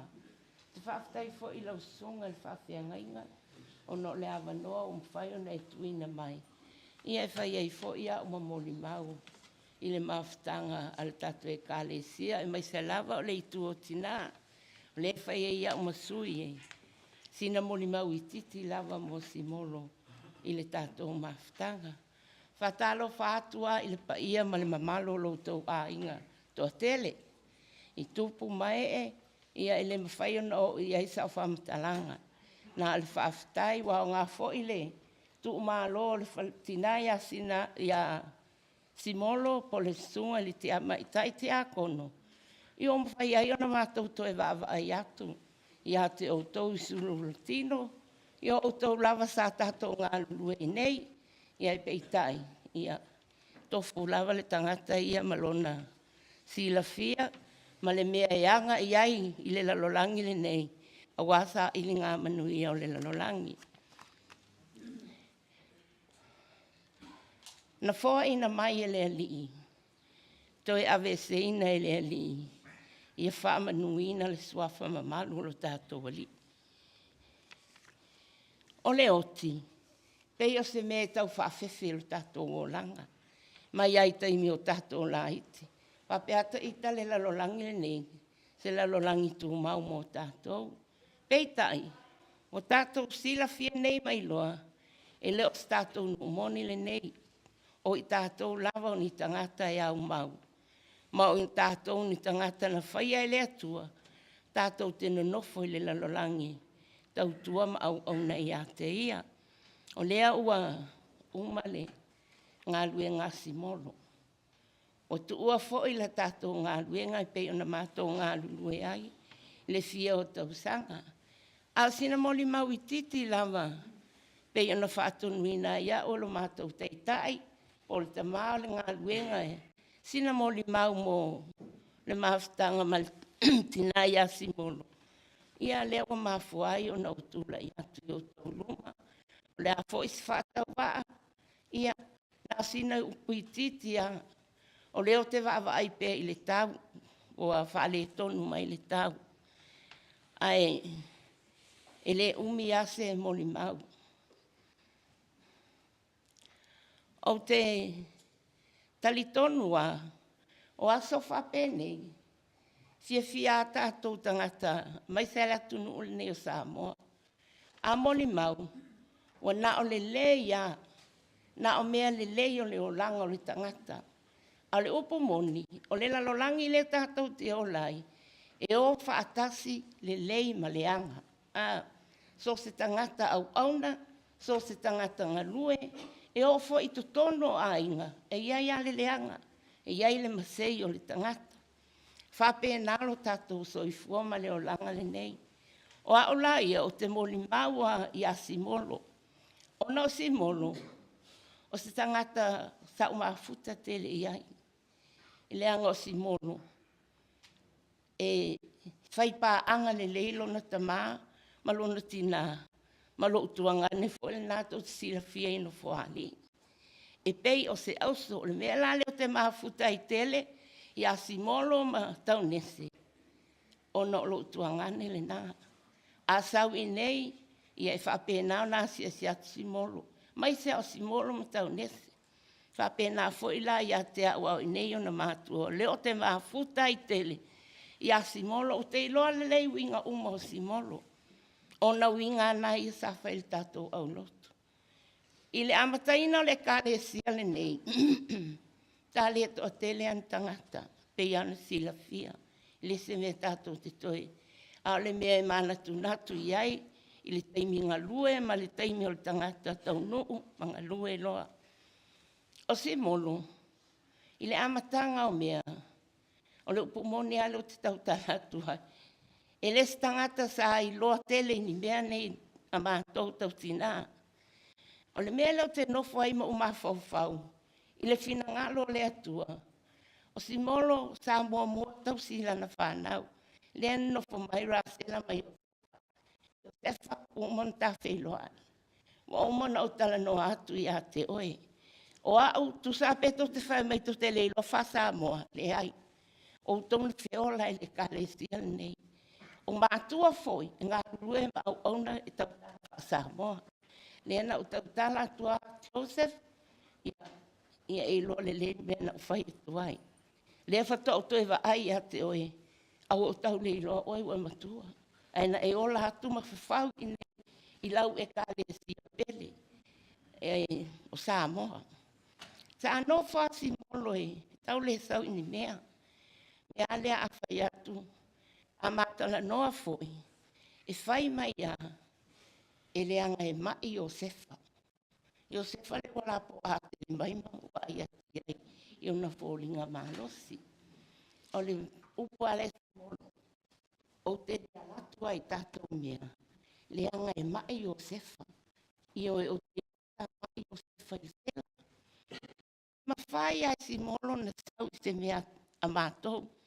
Na o fale tui a mea o te iloa i le tama o fale tui. Pei o na sau no fole toa tele. I sa whaila na wha aili. Ia sa ula vale au leo langa e whapena. O langa o tangata. E lea ia se sa na mea o leo ula vale. Ka whapena la Simolo. Simolo. Ina ua maa losi la o Iosefa maa rasela. Wa o onga ma wa matana matutua. Saulo ma Simolo i mato mawhitanga uma. A le tala anga uma o leo langa Simolo i pena sau noa i ai ia ni whai. Ia le ulu. O le soifuanga leo Simolo sa au lai tonu le au lotu. O le upumoni au te whai atu. O ai ale whawhine fia ula vale. Ia ele whaapea e tofo tofo ia Simolo. O le upumoni a lea. O se tangata e lale ngō le upo whasamo. Fulu lele. Le upo ale te nofno.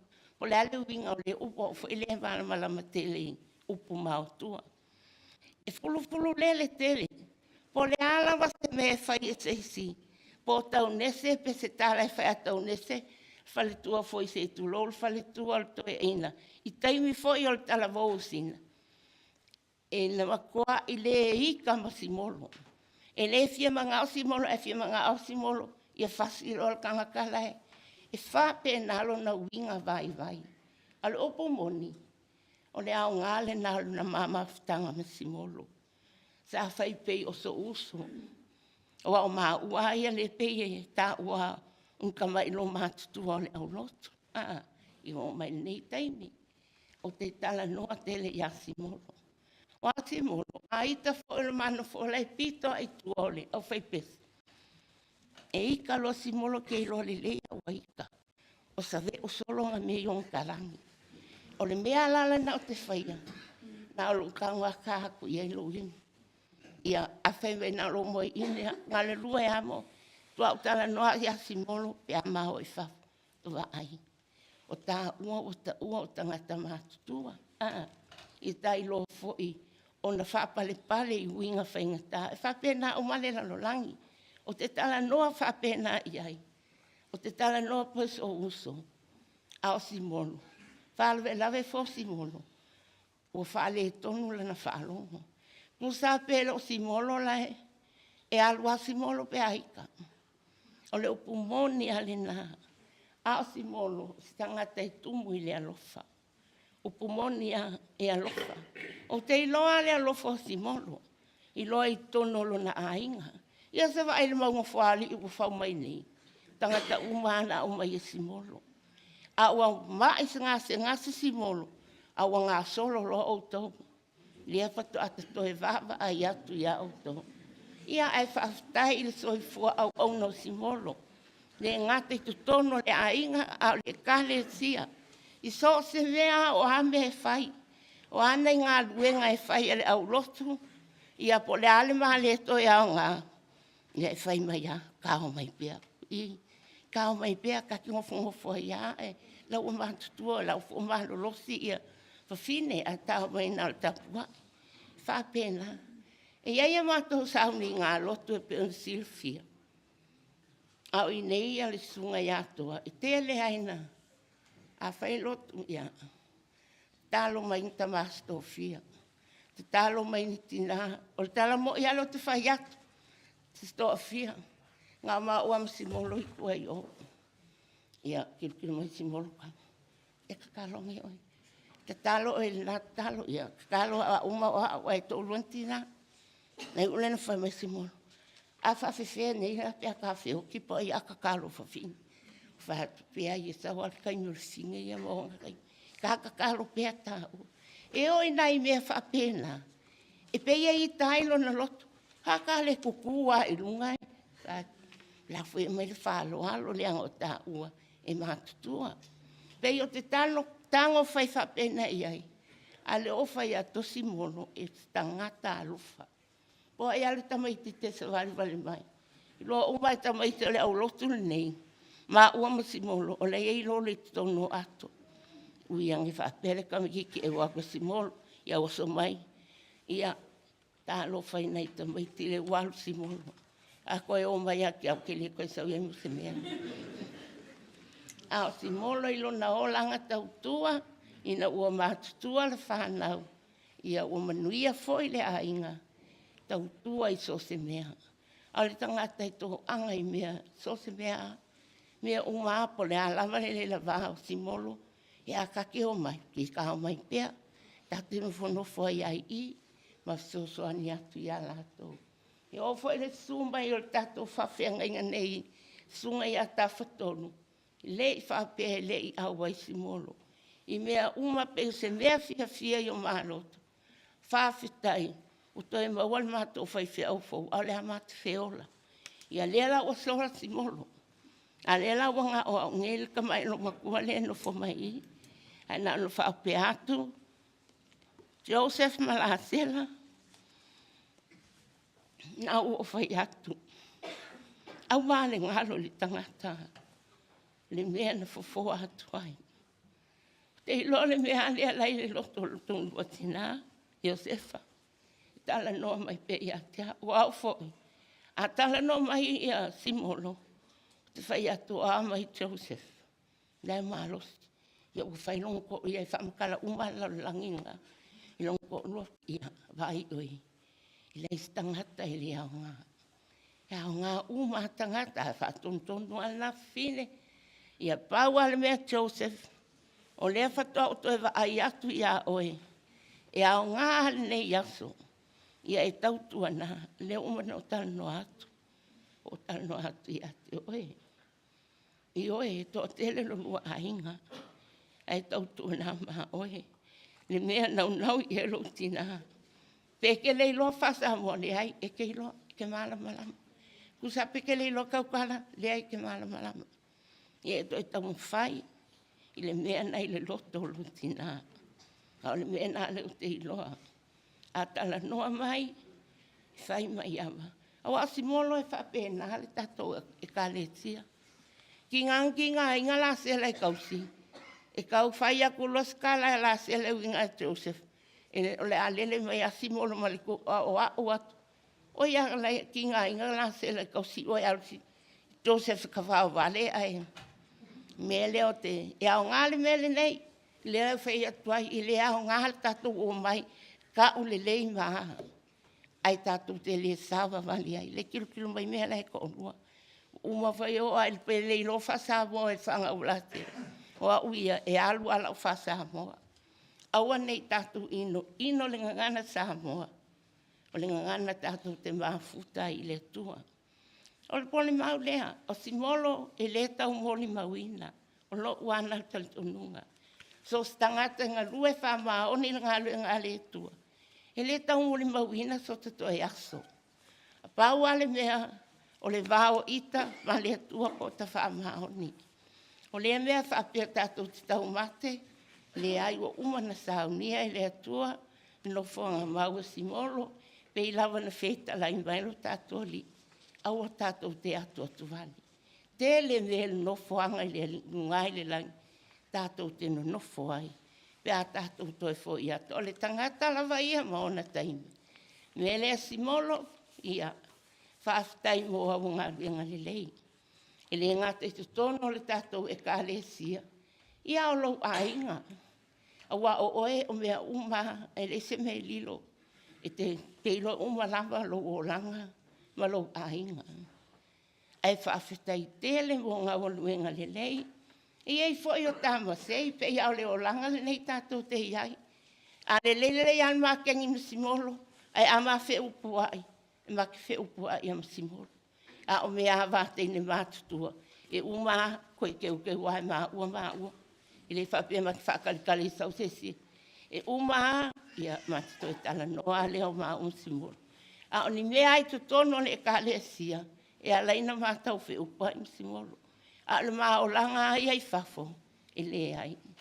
Me le Simolo, ia manuia lau malanga. Alofa atu, pau lava le mea, ia alofa mai le alii. Ia tali sepaia o ia i lona au file mo ma le anga lele. Ia o te tali tonu foi, wa umati ngao le ola nei. Alu ina alu, ia ale a matu no nofo pea. Tau tua pea o a foi o matou taiwi, ia e whapena ana tātou whailoa. I le nanu le le ua fola ina. Ia o si au mo le maunea, ia manuia tele lava le tātou sauninga le nei askau, manuia to e taimi o Simolo i le ele. Ia alofa mai le atua maanga le le. A inga foi o Simolo, ia te o tō rato e foi Australia. Ia o mai lo Simolo le tātia i nei, ngako ilo ai ngusila. Ia e whawhetai tele mo mea lava, whawhetai lau sunga le teitai tāwhtolu mo le awanoa. Ia manuia le aso soifua.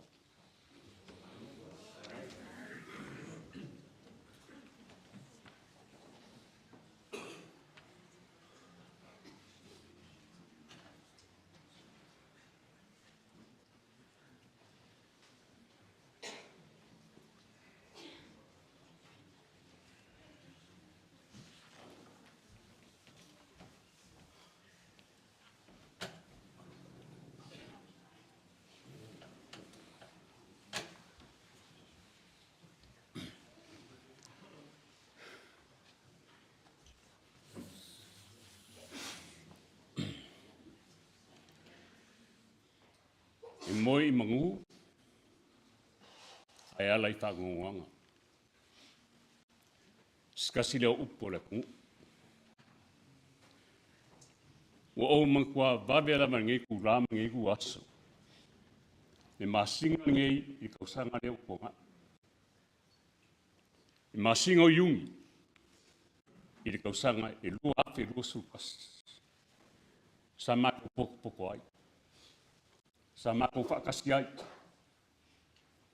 Sama ko fia, si siba, a ai, karkanangoa, whikalai, saungoa, fia ma sama ko whi. Aole ako anga le Bulls Food, o kausanga, o ki ngāne. O ngā mako moe mai ai lea, I le mangui. Ai arka ai abu ngai ma le asarungi. Ai arka ai abu ngai ma le asarungi. O kako wala mai. I le wala ia re kua, I ki ngāne. Amu ia e whangongoa, au ai whamawhanginga e lako. Kaiminga o mai ai, si whaadinga mase upu, o wala au le kua, I ki ngāne. O aku ne nguu. Ka mu whai aku ne nguu. Ne kare sia. A Simolo. Whamawhangwhang. O le aka ngā o le asanga I sau wa ai. O whoringa wa ai leo le asanga I sau langonga. Wa ia o ainga ngalua. Whaapero I aku. Wa vea fwoi pala au pa ia lea kua I ki ngāne. Kako koe wheloa I ai ngai. O kako koe wheloa I ai. Pila fwoi ngamau aku I ngisi. Mori mau. O ko uma ngai. O le kare sia lama ngai. Aore awara la bakas. O le ki ngāne. O le ki ngāne. Lea o ko koe poko mai. Lea o ko koe vava ai mai. Lea o ko koe stresina mai. Lea o kako wheloa I whiwhia ngai asu. Maro, whaakai. Aore ngai kura, e te koe iefo I sao, mori mau. Sao mori mau fo, le Bulls Food. Ore ki ngā lea.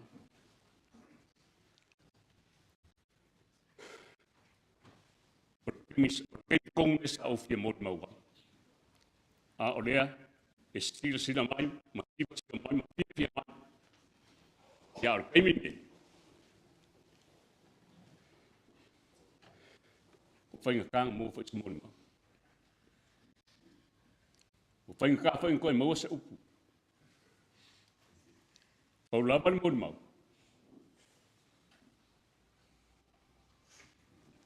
O se ka ngaka. Mai le amakanga. Koe ko rua I la ua. Mariki ngā lenga mo mau nge. O se kakaka foi o ke bava ai pe iai. O se kakaka foi o ke o mai. Mo levanga ngalui. Whaakasi mariki ngā lea sa mo mau nge. E kālofa. Le la va so lu. Lea ua wala uinga le kōrisi. Simolo. O le ngā umanga o mōni maua. Ai koe luangi ngai mea ia o ke fia mga kua i pia Simolo. Mua o le kapa. Lua o le whaari. Ia pia ngā sa ngoa ia soa. I le ngā o ngi mea le lei. Ai kau whainga abaku ngai mea. Nisi kuranga o le ki ngā lea. Makau whai unga le makau sa nginga o le sikau sanga. A o iei ia whareti. Pape marika la whareti. Ia. Wa o fiwa kai o kou muri kapa ai dalo. La o iei le apa. La o iei le apa la ako whao ngā. Te kongi ai. Wa ule la wakai a o laku ma abu. Ai wha singo ki ngā lea. O si morofo. E wawe kele reika. E wawe kele. A o wha ingi whaingi o la ngonga mangi o mga. I le o pole aisis. E kongi sa o mai lau. E pei ang sa ngō ki ngā lea. O winga ia. O le ki ngā lea. O winga ia o Simolo. E le mawhai o ngā o whangaruinga. E mawhanga kele ma whelo. E mawhanga kele ia ma ua ma Simolo. E o mai ia e taimingi. E mawhanga kele. Ma ke wheloa e pēa lawa i runga ma karanguanga. I vai asa uma. A o ma karanguanga fo. E le kasi e le ruangi kura. E o kua le whanima o kura o ma karanguanga. O ngisi ma karanguanga a le vini male uru Australia. Pape mai Simolo. O, ia, mo lava le karanguanga o le fo o vini mai le liria. Ia, o le mama whukanga le ma lompua lea. E mawhanga kele. Inga ke wala winga o longkua ngangi, o ke wala winga i o longkua fingi. O winga i o longkua. E ika, ai alofa. E ika, ai eisi mea rai kuori. A oli mea lire. Ia o lea mori mau. O lea mori mau. O la ua lava lea, maskasi foi o kinga. O kinga lava. O kinga lava lea o lo manguia da o lo kunga. Skasi o ki ngā o la ua lawa ia ngā lue mara amakanga. Ia lea lau whai inga lea kua. Ia ngā whi au maa ngā luenga. Ia, pau lava, pe lava ngā o whaiak, i le koe esa mori mau kele. A mori mau ringi ki ngā, ki lelo ngā o ngā, ki lelo ngā sao, ki lelo ngā luenga. Sa wha kinga kongu, o ringi i kāri sia maringi auro. Lea lau ua Simolo, e le mawhai ngā mako whaangaroinga. E le mawhai o ngā mako whaangaroinga. Mga kua pēr o ia. E mga kua pēr Simolo. O le mea lea. Le pa iai o ainga ngā lua. Ia mau whakasi. Maisi fo i arama whangau Simolo. Ia mau whakasi. Le fia. Kako fia whakasi. I le aso fia ki ngā. Ia. O ngisi fo i koe sa nginga. O e ngi aso, ia kako kupe kua. Ia e leanga o umifo le aso. Ia ai. Ia lopo mai lea kuama ia whai uri ngi aso wha. Ui mo kia kou. Ia e wapu le whapai kepe. Mo lau sunga kai kai mo lau kou o waa. Ia mo kai kai inga o ngi sao nginga. Whapai roa e kfo. I le pa ia man mamalu. O le kou a inga. Mai se le whai kua o le sunga i le koe inga. Sina. Ia kai le alabai wa ia laba oe. So se mea. E kuru e mai ngai ngā. Ia whawhewhero e ko leo a mawako o kako whakasi fo i mo le sunga e whawhengainga. Whamaroro. Ia. Ia fo mako whanongonongo. Leo. Ia. Ai whawhikai. O leo o kako mafuka. Whakasi ngai yaso. Ia whawhewho i pa ia man malu. Ua whia mai ngai yaso. Ia. Nā kako mose aso whia whai ungore ngai yaso. Ia e vi ia. Donga. Alofa. Simolo. Ia. Mang kua pe oi. Mang wia rau whai ngā malanga. Kari kongo ngā urua whakasi ma rua makai. Ia, mangui e kere kako ngi yasu, whapakai, soifua, amengi.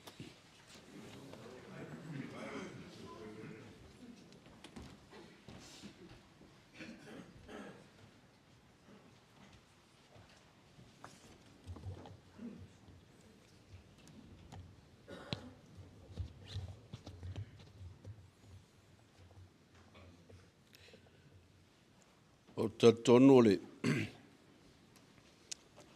a whai e umi tātou sauninga. Ia e sala foi na umi a waile. I se toi tala noa ia Simolo tae au.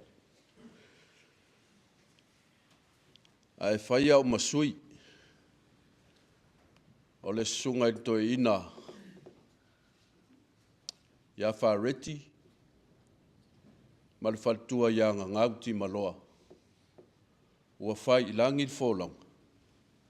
O le susunga fo ia naketoa. Ma le whaletua ia tu fosa ua wala au iai le atua. Talangi. Ia.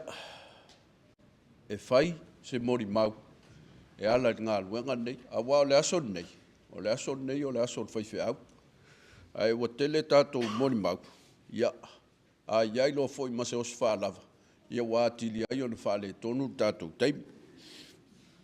Ai le whai alau mori mau. Le moli mau, whaatasi masunga i whawhiangai ngā wamwai atu. O te wala au atu isi o toa lua, e susua mai lunga nei. Tā te moli mau a whaatasi, ia le aso tātou tina. O tō vai mai pepa ia. Ana le whaalave, lave la sunga i le whaiwhau malolo, ai wa afar pepa i le whaitau. Ai. Ai nā tau mai loa ia mā ua. Ua tu mā lo Simolo. A mata loa na whau pepa ia. O le tūspa ia i lesi pito. A o tūsi ma api o ngā ruenga i lesi pito. Ia o na mā whawhau ua toa lua ilea. Ia masi o toa lua pele. Tu loun maftanga tina taitai o tō maftanga. A o lo toa lua. A o ngā ruenga lo tōrua, o le sau e tāpua. A se i o whaita ua atua. E le o se moni mau.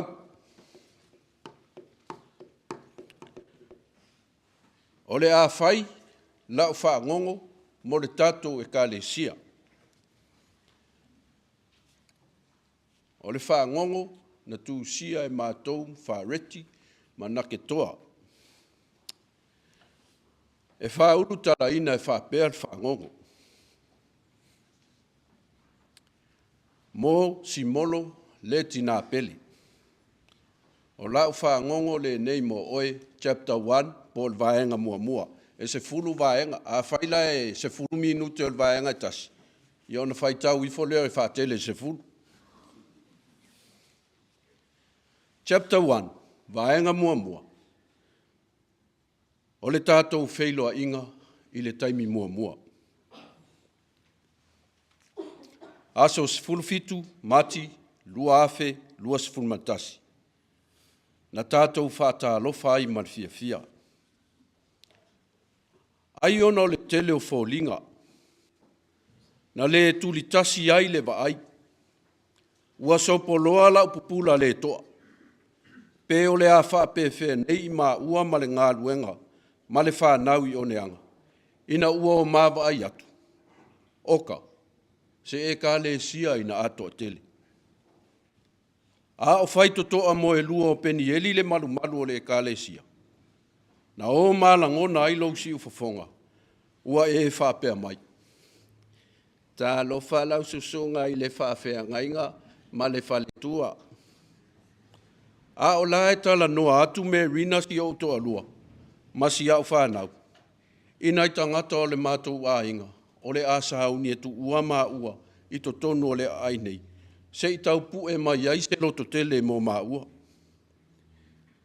Ua fetu leni si ufafonga i o mātalinga, ma tau whaavasenga.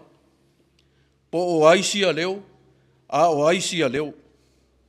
Ua atili ailo mā popole, A wā wasi o mia I mā ua I la wao sina o le tala le lei. I to tonu o le ekalesia. E au fia ai ma le tina ia Simolo. O le aso luas fulmatasi o mati. O le maaso sa mua lea I le ekalesia. Ma lau launga mua I lo tātou nu. E le mawhaina ngalo. Wa e wha manuia mai le tae au Simolo. Ma ngai ai pe aso sa uma le tātou maftanga. I lou whaiva leo. O lou whautua mai le tae au. Ma au mai au walofanga. O le a e tāpua I mole. Mole ngā luenga I le aso sa. Ma le aso sa. Whātasi ai manisi o lo o tau sa. O tau o ngongo sina o le tātou nu. Ua sa vali le ngā luenga. Ua pei o la mate I le kodisi whaafai te au I mārua. Malana ngā luenga wha māsani.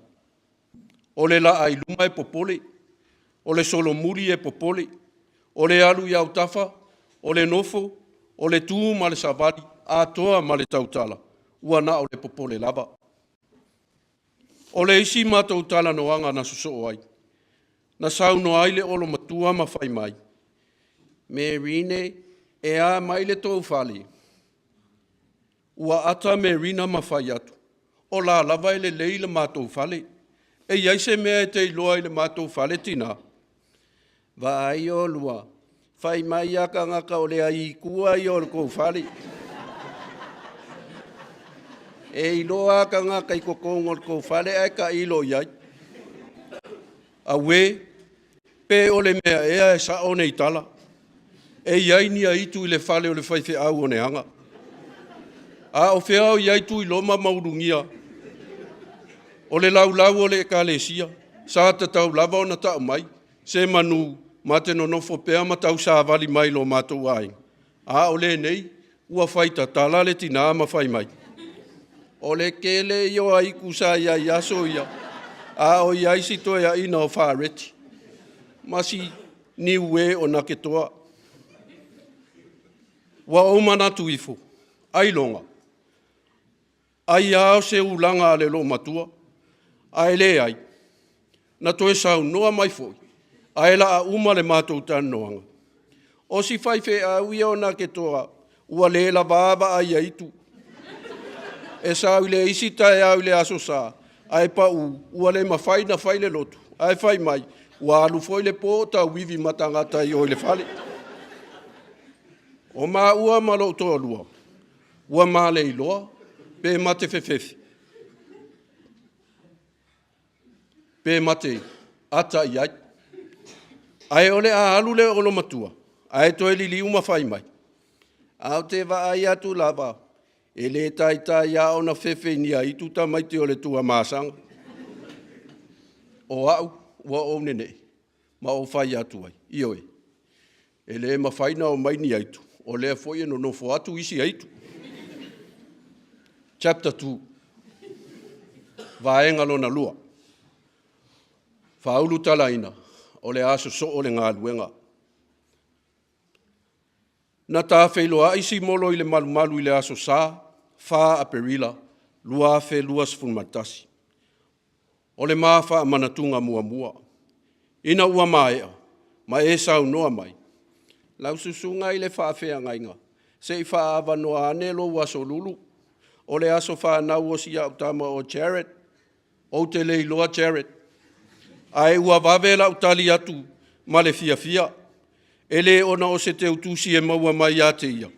Ai o le awa noa. O le a tātou tala noa ai. Ai o le wawe o na lue atu o lo uru. Na e tau wawe ai mai ma le address o le tau ainga. I here tonga. Sa uni matapena whawhawhine tō anga. Lou wha moe mo si au tama.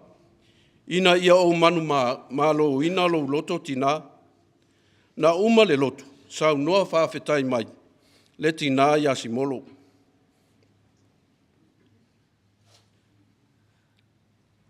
I le nā taimi. Le tina ea Simolo. E te le iloa mai le liusu a vai o lo loto. Ina ua uma upu whawhetai. A e tu umuli lo sau noa mai. E o ai fo i lo ingoa lau susunga. O tawhatolu ma Merina. Ai ona o lo leo e maalia i le whaalonga le lo matua. Na sa o ai na ta unga o lo ingoa. Ai o mai lava i le se fulu wha maasina o le maaftanga. O Merina peasi o toa lua. Lau susunga tawhatolu ma Merina. O le aso nei, o le ata uai o lua, o la whanau. Ua maualo ma ua pitanga i le alofa.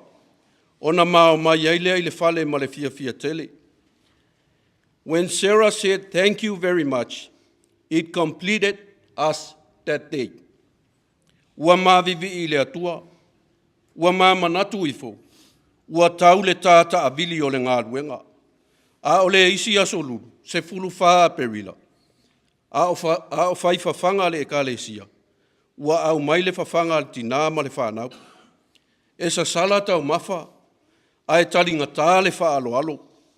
Ua onge o la ngutu e whaafetai. A ena sili ona o whaanoa noa. Ona o lunga e o mea ai sa atu ina mai.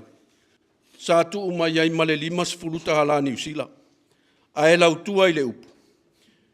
O le tupe asia o tama o moe, oka, e se fo i whainga le lo matua. E tama u le aso fitu o aperila, a o lana tama moe le isi aso lunu na soai, a e ua le to e tama. Na amata mai le aso le na sui le tanga lole a le lo matua, sa moli maua ile to atele o nisi le aso to nai. Ilana ato tupe, e whaana nā ne eise tupe mo moe le ono matua. E o mai lava i le aso muli na sa wai le fale sa. O fai pea le anga luenga. Simolo, o le a fai au masui o sio watali. E mo mori atu o na alofa anga. O la ua alu i le a onga. Ai lava na i loa e moe. O oe o le a e alu. Na mai lava moe i le lava i aso. Lea fato a maa losi i le tae au nei. Lea fato a alu i le a onga. Ai ua i loa, o lea o le a e adu.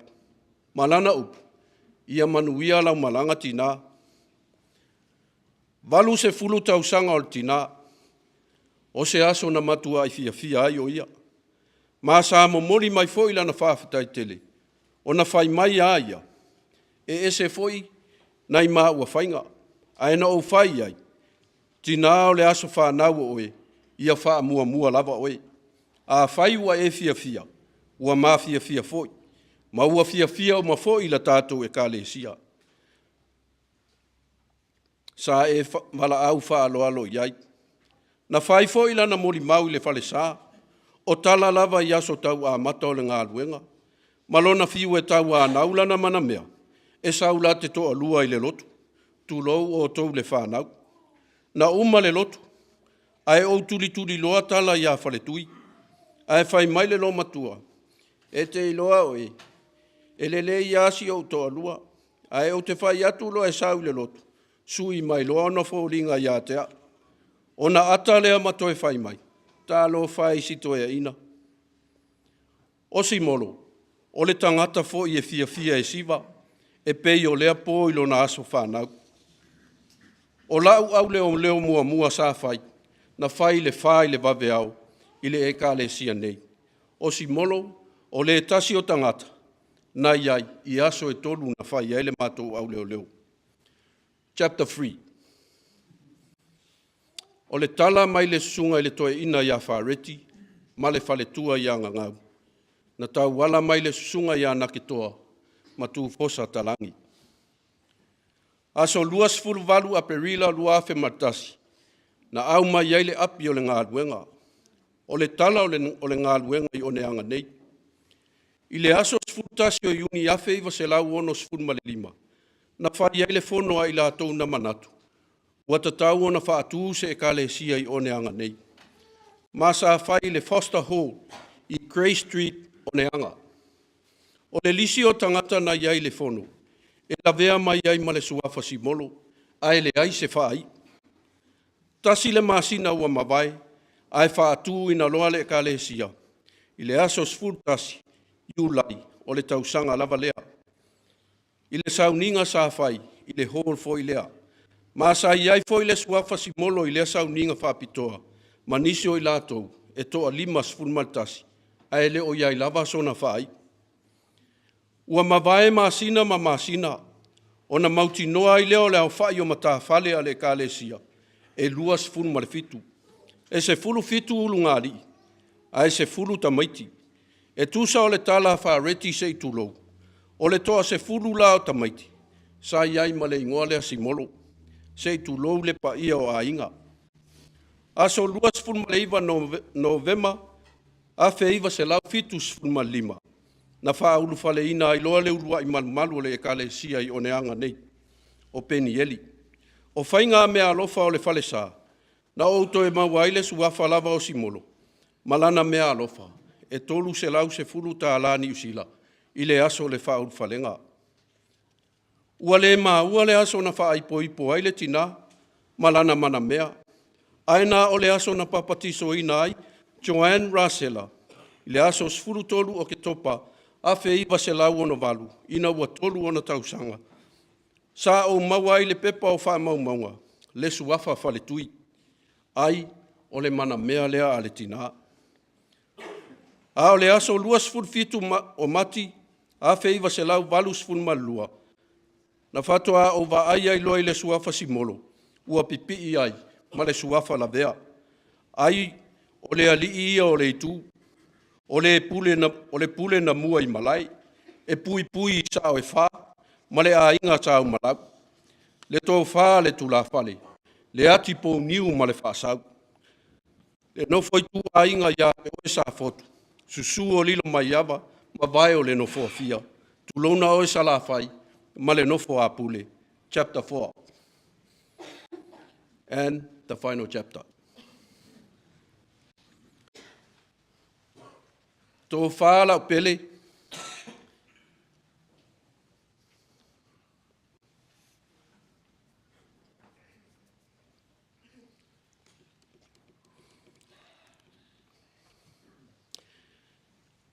O le ale ngalo fōringa i o māua loto ma le whanau. Ai mese siau e kāle sia e pele ia te oe. Aso se fulutasi i ulai lua whelua tasi. O le lotu wha manatu o le 5 tausanga o le kāle sia. O le maa lotu wha manatu mua lea. Na sauno ai Simolo. O le ingoa e le aise wha ai uolo i le api o le ngāluenga. O ia lava le nā. Ua toa la le masina o le wha nenefu. O le tai o sangone. Na malie la utala i le tina. Ina ua wha matala le lasa i linga fale, ma le tina ia po nā fuatawai. O se fale e whai eile fono, ma se ho le whai eile lotu. E umai le lotu i le aso sa, a e vili mai le tina, e fia whai se mātala. Ua nā o lo ata, a wae umalava mātala noanga. O le wha matala ina, o lona whasinga o lea teine i titi, ma lea teine i titi. O lea whawhine, ma lea whawhine o neanga. Ao maia o ngā mea mapōnā, i peni eli nei. E le fia lu ia la ua e se tasi, a e maise lava, lana tupulanga teine, e tusa o lana tala. Ai wa ai o e tawhatolu merine, e le aia ma se isi o te whewhe ai, e o ai ta maloloa, lau susunga i le whawhe au, ne i manga ase ta maloa fiula vale. Ua au ata, a e saumalo upopoli. Pe ole mea ea, wala vea mai maa ui le lui a le ole matua. Aso se fulu fitu au kuso, lua afe lua tasi, na a mata ai le lockdown umi sa tātou iai. O au asi a singa i lunga o telefoni, sa whaatu langa le lei, mo le sila fia e tātou e kāle sia, e wha muli lava Simolo. Ai sea, a wae tali mai loa, o na o sa auni loa lea. O te nofo i se nofoa whamaru, ma o sauni, a lalo i fo se itu la se mātalo noanga, o au ua o laki. Ai umalava mātala noanga, o le vivi inga lava ma ua ma merine, e whai mai lea aso ma lea aso, o au ua o leiloa, pe o se mea moni, pe ai, o wha se e ma ua e lomatua. Ua alu aso, ta tala le lockdown, ai ua maua loa le tala whaanoanoa. O Simolo, ua afia i le kānesa. O se mai e whainga tā i le whaalongo. Na mata i loa na whai maasiasi lo na maota, ai maise ai. Pe a le pa au mai le sauninga o se whaamantunga. Ona o walu le abela na whaamantunga, ma se i mātou to e watasi ai. E le mawhai lava ona tu mai e le tina ia Simolo, i mā ua mate to e foi mai. E au noa masana mea alofa e tu ina mai. Ti ngā, ona mā watu foi mā ua masina tā la, e whaatau aisina na mea ai. Ai mā te foi mai lava, o tau wā nausera, e langala na ato e au mai se tupe mā ua. Aso mua o mei, le whaamantunga, e sa uni la unga o le lotu, ai ova i atu, ua taum whai mai le tina i lunga o step. Ona tā ofi leo la unga, se i o mai totonu le tina, e ti ngā ona ova i atu i le whaingo fia o lona sau, ma ti ngā o ia tau ave, ai o lo ta oto mai lava i ona fōlinga fia, si ana ata mātango fie. Ma lo mā leilo aina, o lona toe aso sā le nā. Aso sā valu me, na mā oa ilo e avela na hempa, o le mea alofa, o le aso sā o tina, sā whaia, mō tina mātutua uma o le ka le sia. E ālua la iloa lava, whawhetai lava ta whatoluma me rina, se ua mātango fie lava le tātou ngā luenga. O au, e o loa i le aso sā, o wala au loa isi au tama o Jared, whai le tātou TV, e whai mai e le whai ngā lotu a le whai wheau. Whai whaitai lava, o le aso mua lava lea i lau whalongo, na sa o aile ingoa o si au tō lua. Ai tālo whai, o le mātou toi wheiloa inga lava le nā. Ina o le a mao mai, na mātou wha mawai, fusi atu, fusi mai, ma whai mai.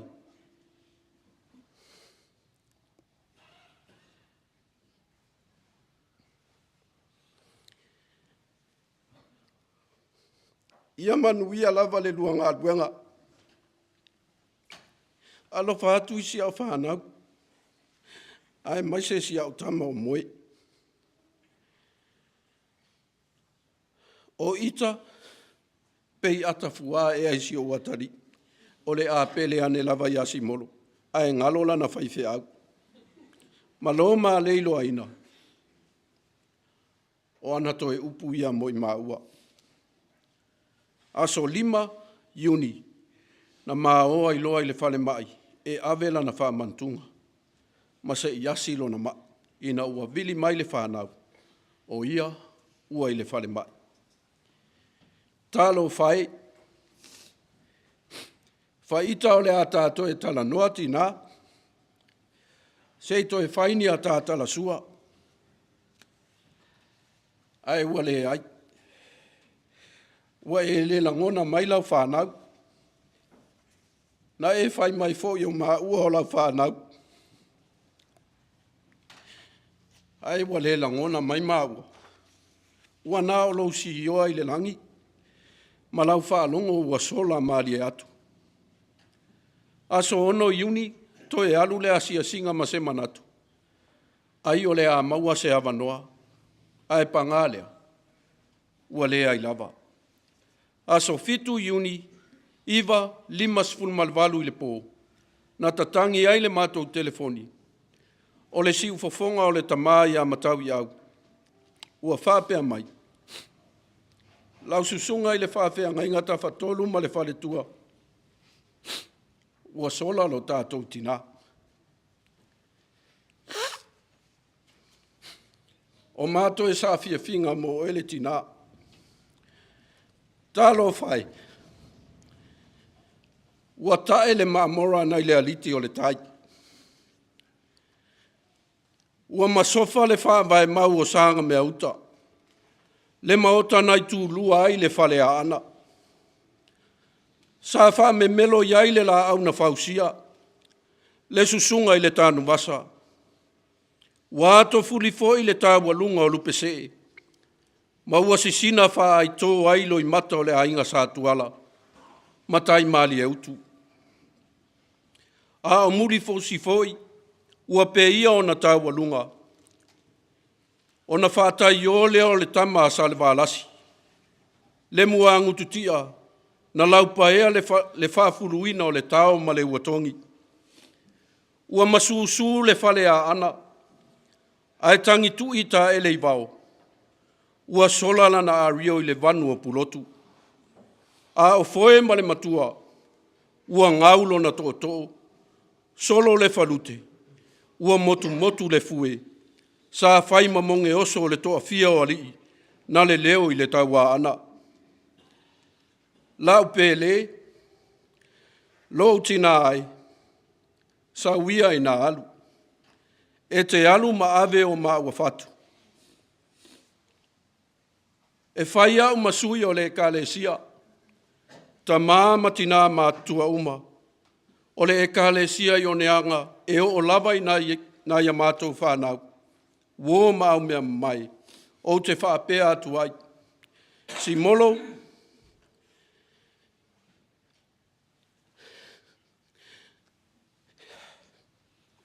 a whai e iaiso mātou se. A whai e iaiso sasi o la mā ua tautua, i le ngā luenga le atua. Masoa mā whale e tonu. I le se furu lima māsina o le tātou māwhitanga.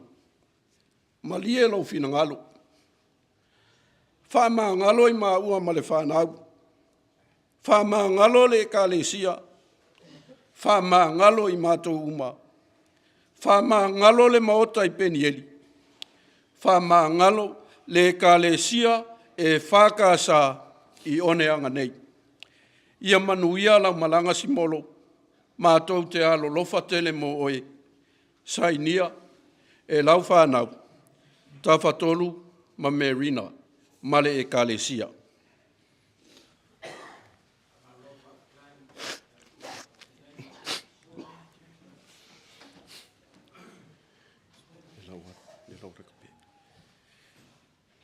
Ua mate le la mepa lo tātou tina. Ma ole a tātou le toi wā ai a te ia.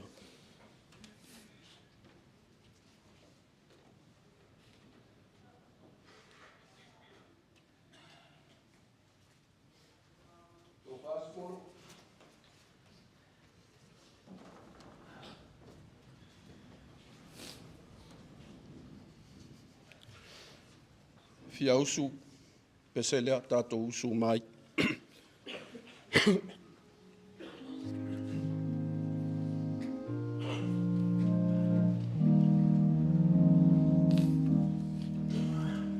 Le mawai ngai ta vita mai o nata. Na awelo toi. Yo tātou tutu lai ma pese whamolmoli.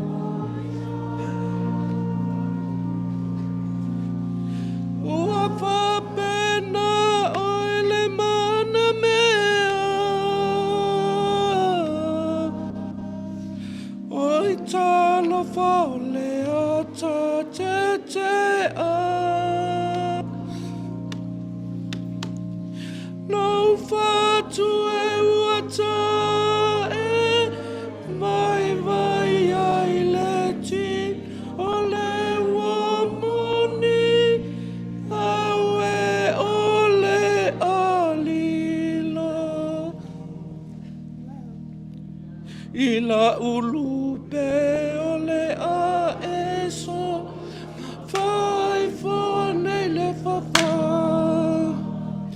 ole a etala fulu ilea na moe ai ole tama ai oni awalo fatuma ile pasa boia le ai mai solo e tofa. Baftai, manuia la malanga, Simolo.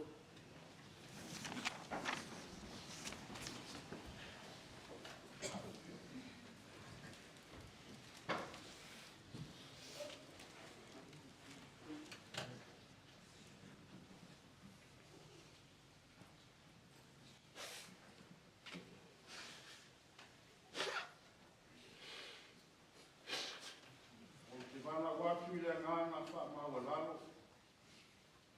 Ia tu whaatisia o tātou loto, ngautou finangalo. Ia tātou tārosia le malanga si o tātou tinane. Ia whionga i te akono e ala i tālo o whaafitai, whātu senga, o mori atu i si o tātou manako i lunga o le tua. Tātou ifo o matalo. E ale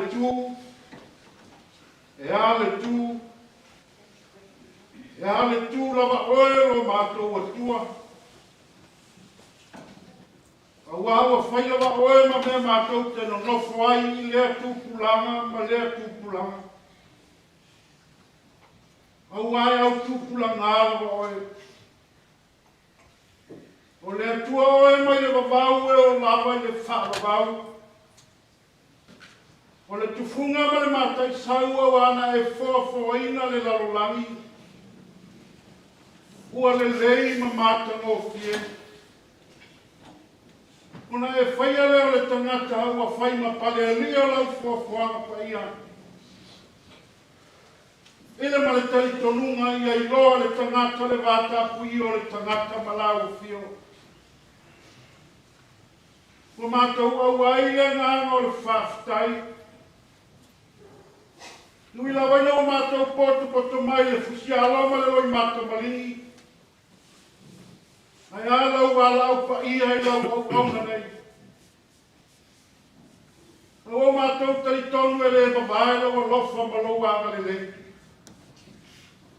O wao le tua o e tumu i le lofa, ma le lofa muti vale.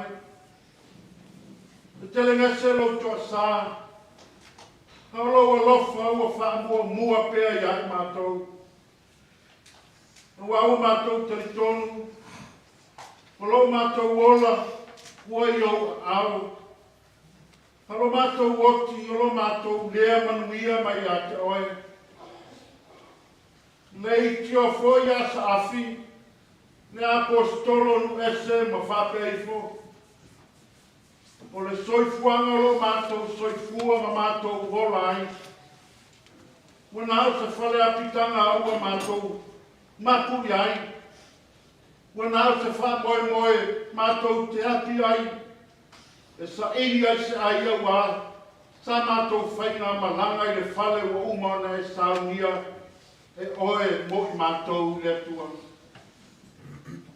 Wa mātou whalo mo longo ma le manino i mori mau. O le soifua le lei ma le soifua au ngā le nei au na. O lana tautua ma lana au nanga sa whaatino ai e mesiri.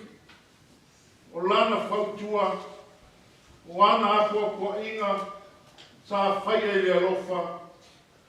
Au asa manui o le ainga. Ai maise lau ngā wei mapa ia sa tautua ma malue ai. Ia vea masulu e mumu pēa. I loto ma fina ngalo ma whamoe moe o le aina. Le nofo alo.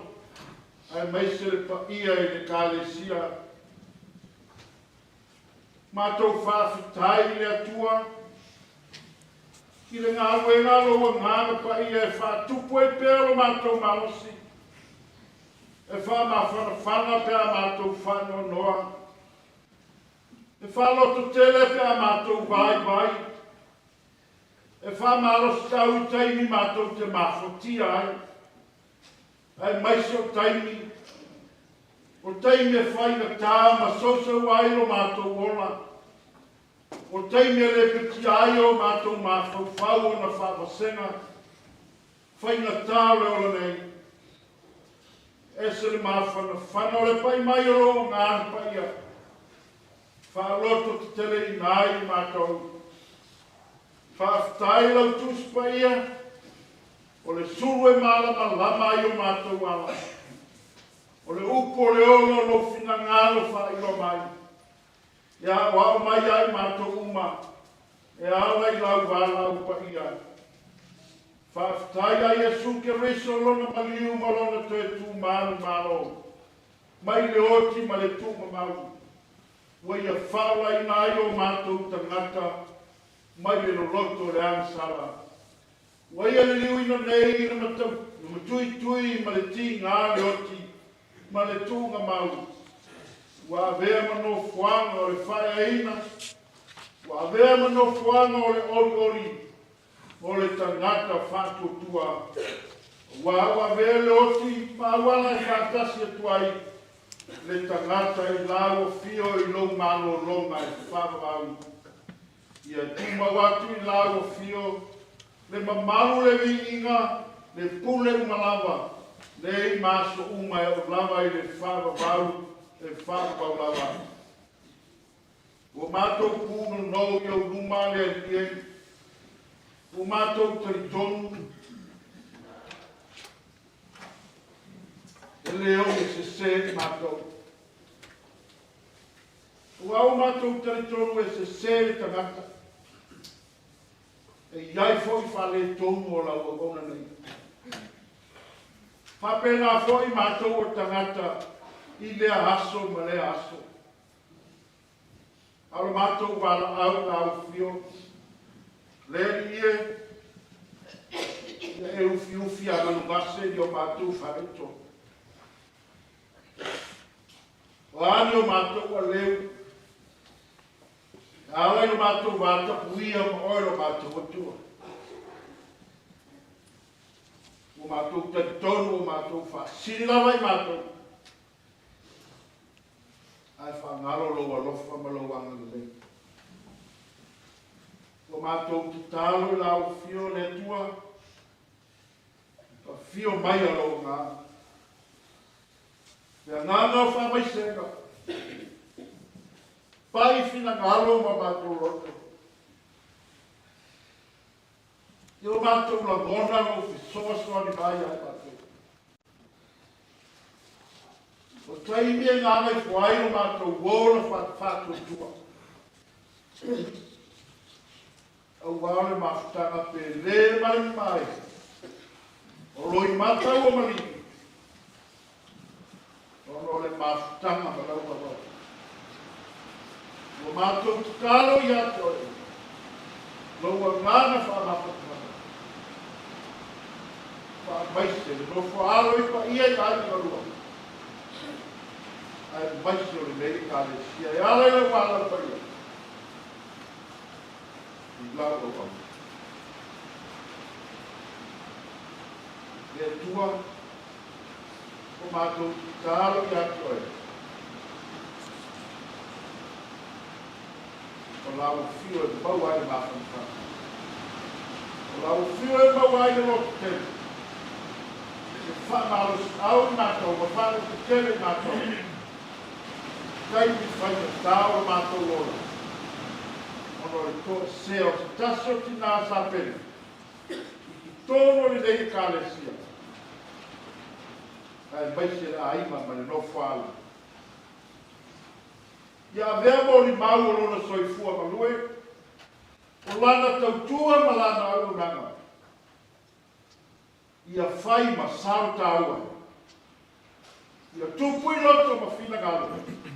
Ma wha moe moe o lau whanau. Na ia sāwa vali maolai. E tusa o ia awa o ma taua. O ia whātātia mo le ainga ma lau kālesia. Toi sau ninga lau au nai runga o le tunga, mau mātou ki tālo le atua.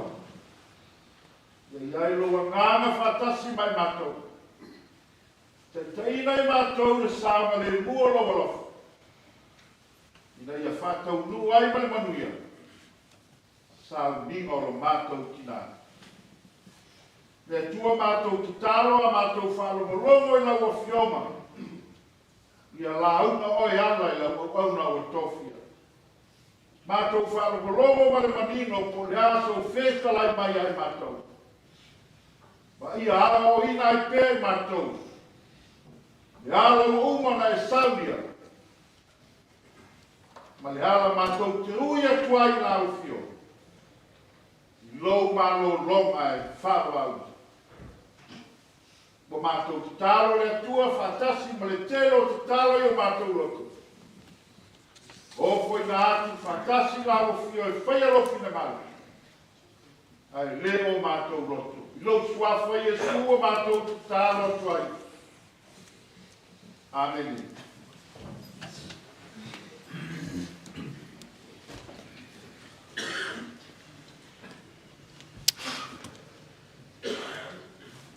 Swafa malu le atua tama, le alo ma le anganga paia.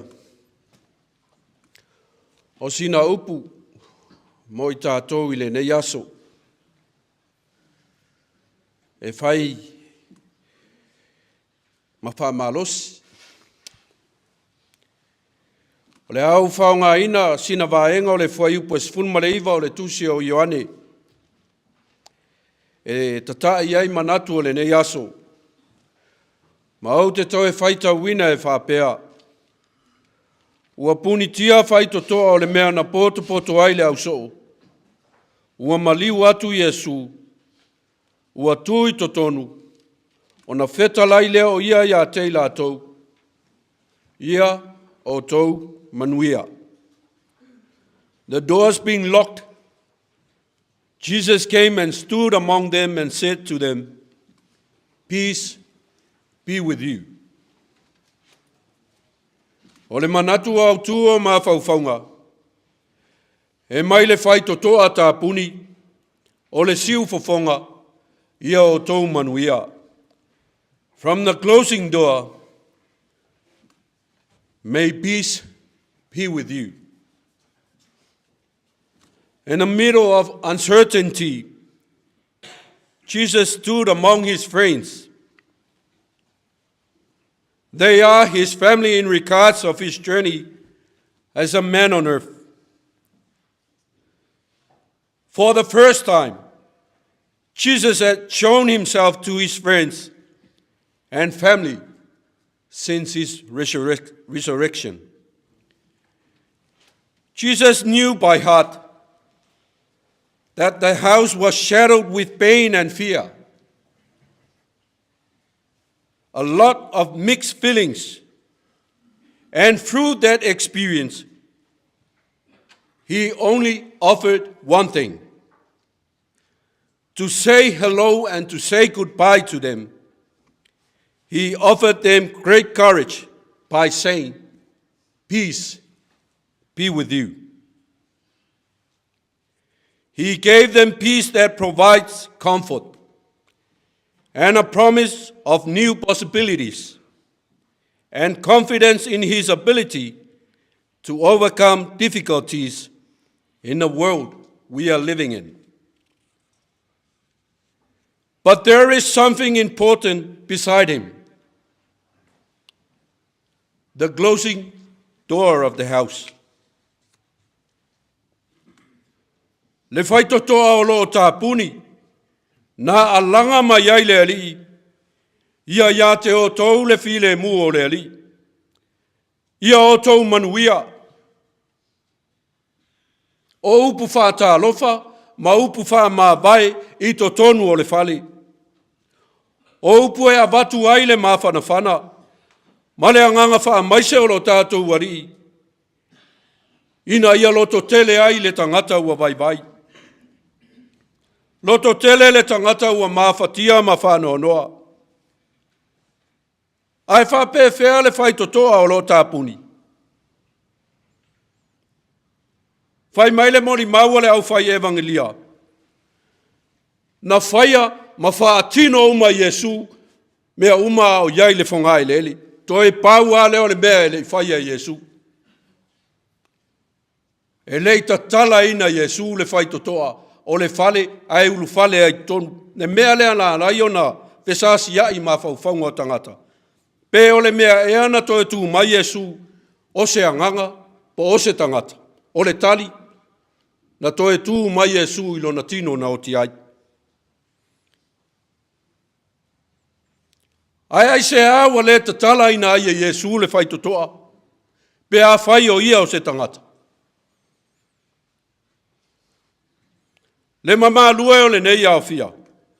O le whawhangu lea mo i tātou. E le ma whai o na tātou maua le file mu, ma le manuia lea e mana o mia i le taimi nei. Le ma whana ma le loto tele. Pe a whai tātou te le tala ina le whai totoa o lo tāpunia. Lea ua uma ona whai mai i saia. O Yesu, o le perenise ia o le file mu. E pule i le file mu i le lalolangi. To e pule i le file mu i luma o le nofoali i o le atua. Whai mai i saia na whanau mai Yesu o le file mu. Na maliu o ia o le file mu. Na toe tu mai le tu mau. O ia lava o le file mu. Lona winga. O le file mu a toa lava o le olanga nei.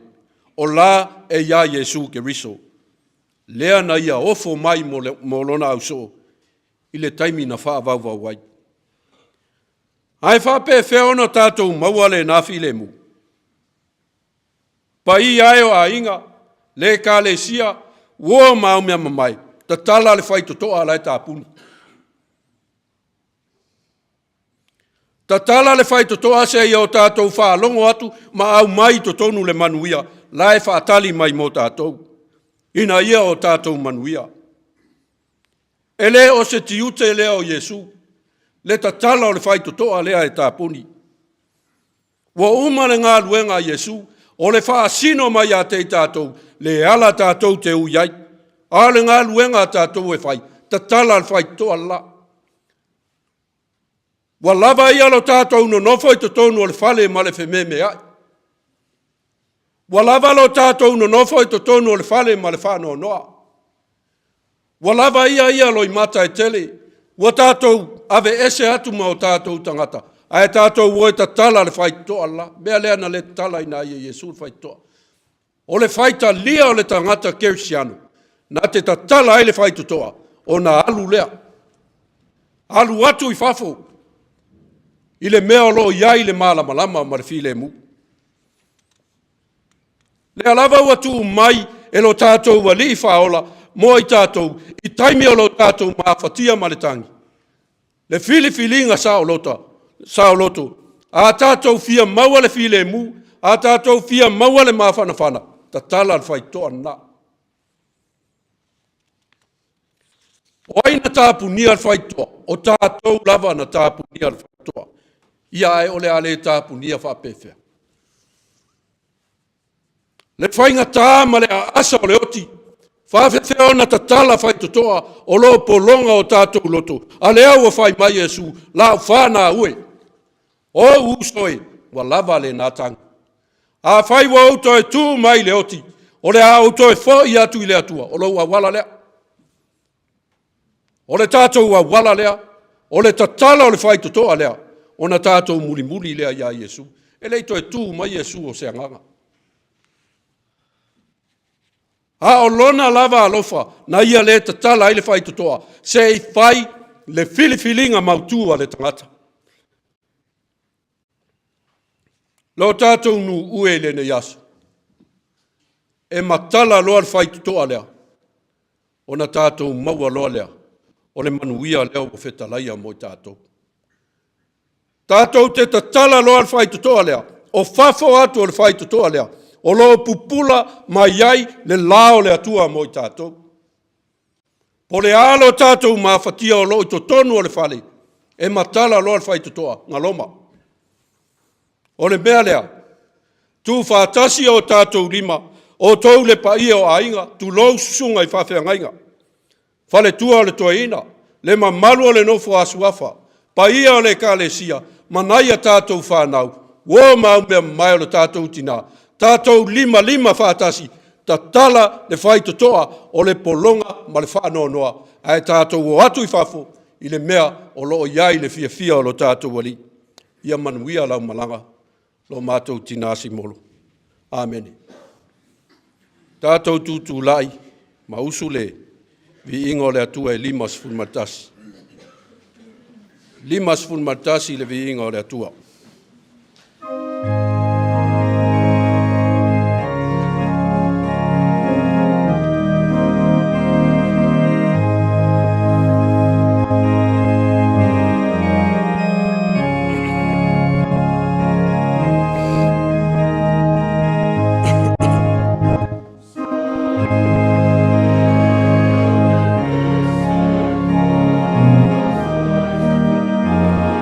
Yes.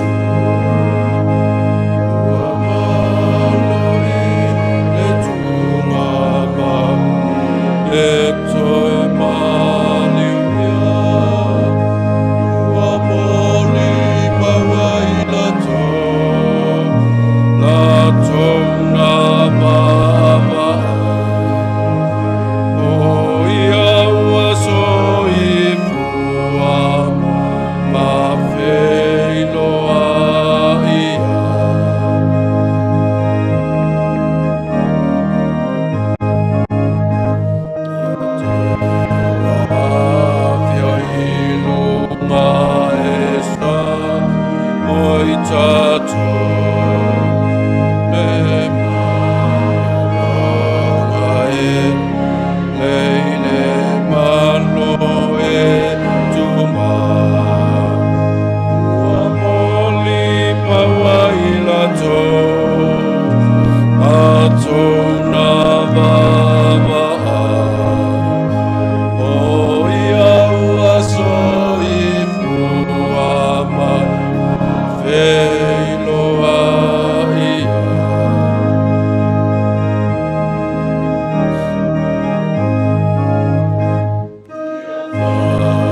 tali tonu ne tala ua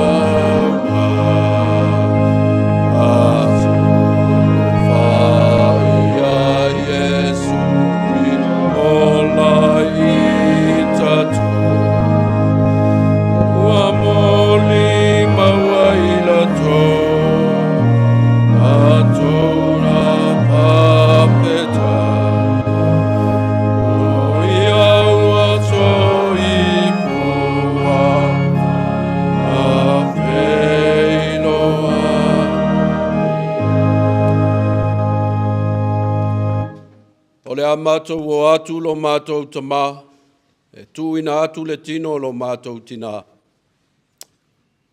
Ma o mātou mo onga le atu ai, ia saunia e la wa fio so na nofoanga mau i lo mālo. A o le tatalo, a wali tia i mātou e le nganga o la wa fio. Whalao lao pe a wale ala o le a mātou wanga i atu i ai. Ma ia e whamanuia mai, tō enga o a mātou ngā luenga i lene yaso. O ni mea le atua wale tonu ona o mātou whaia i lo maota nei, wha mā ngalo i mātou i le toto lo mātou wali i whaola. O ia wala atua i la mātou talo. Āmene. O le tātou sauninga, o le āwhaiu, i le oli sanga tū mau o lo tātou tina. Se o tātou tūtū lai pea, o lea, o le a ngā i atu le sā o lo tātou tina, mō ona toi sauninga.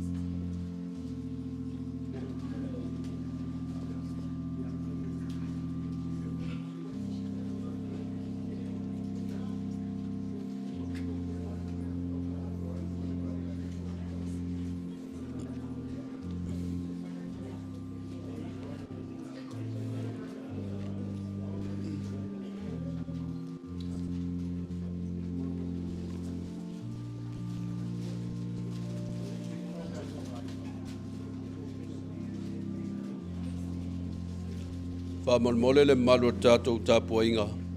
E o tātou munmuli whātasi atuai le sā o tātou tina whāwhtai.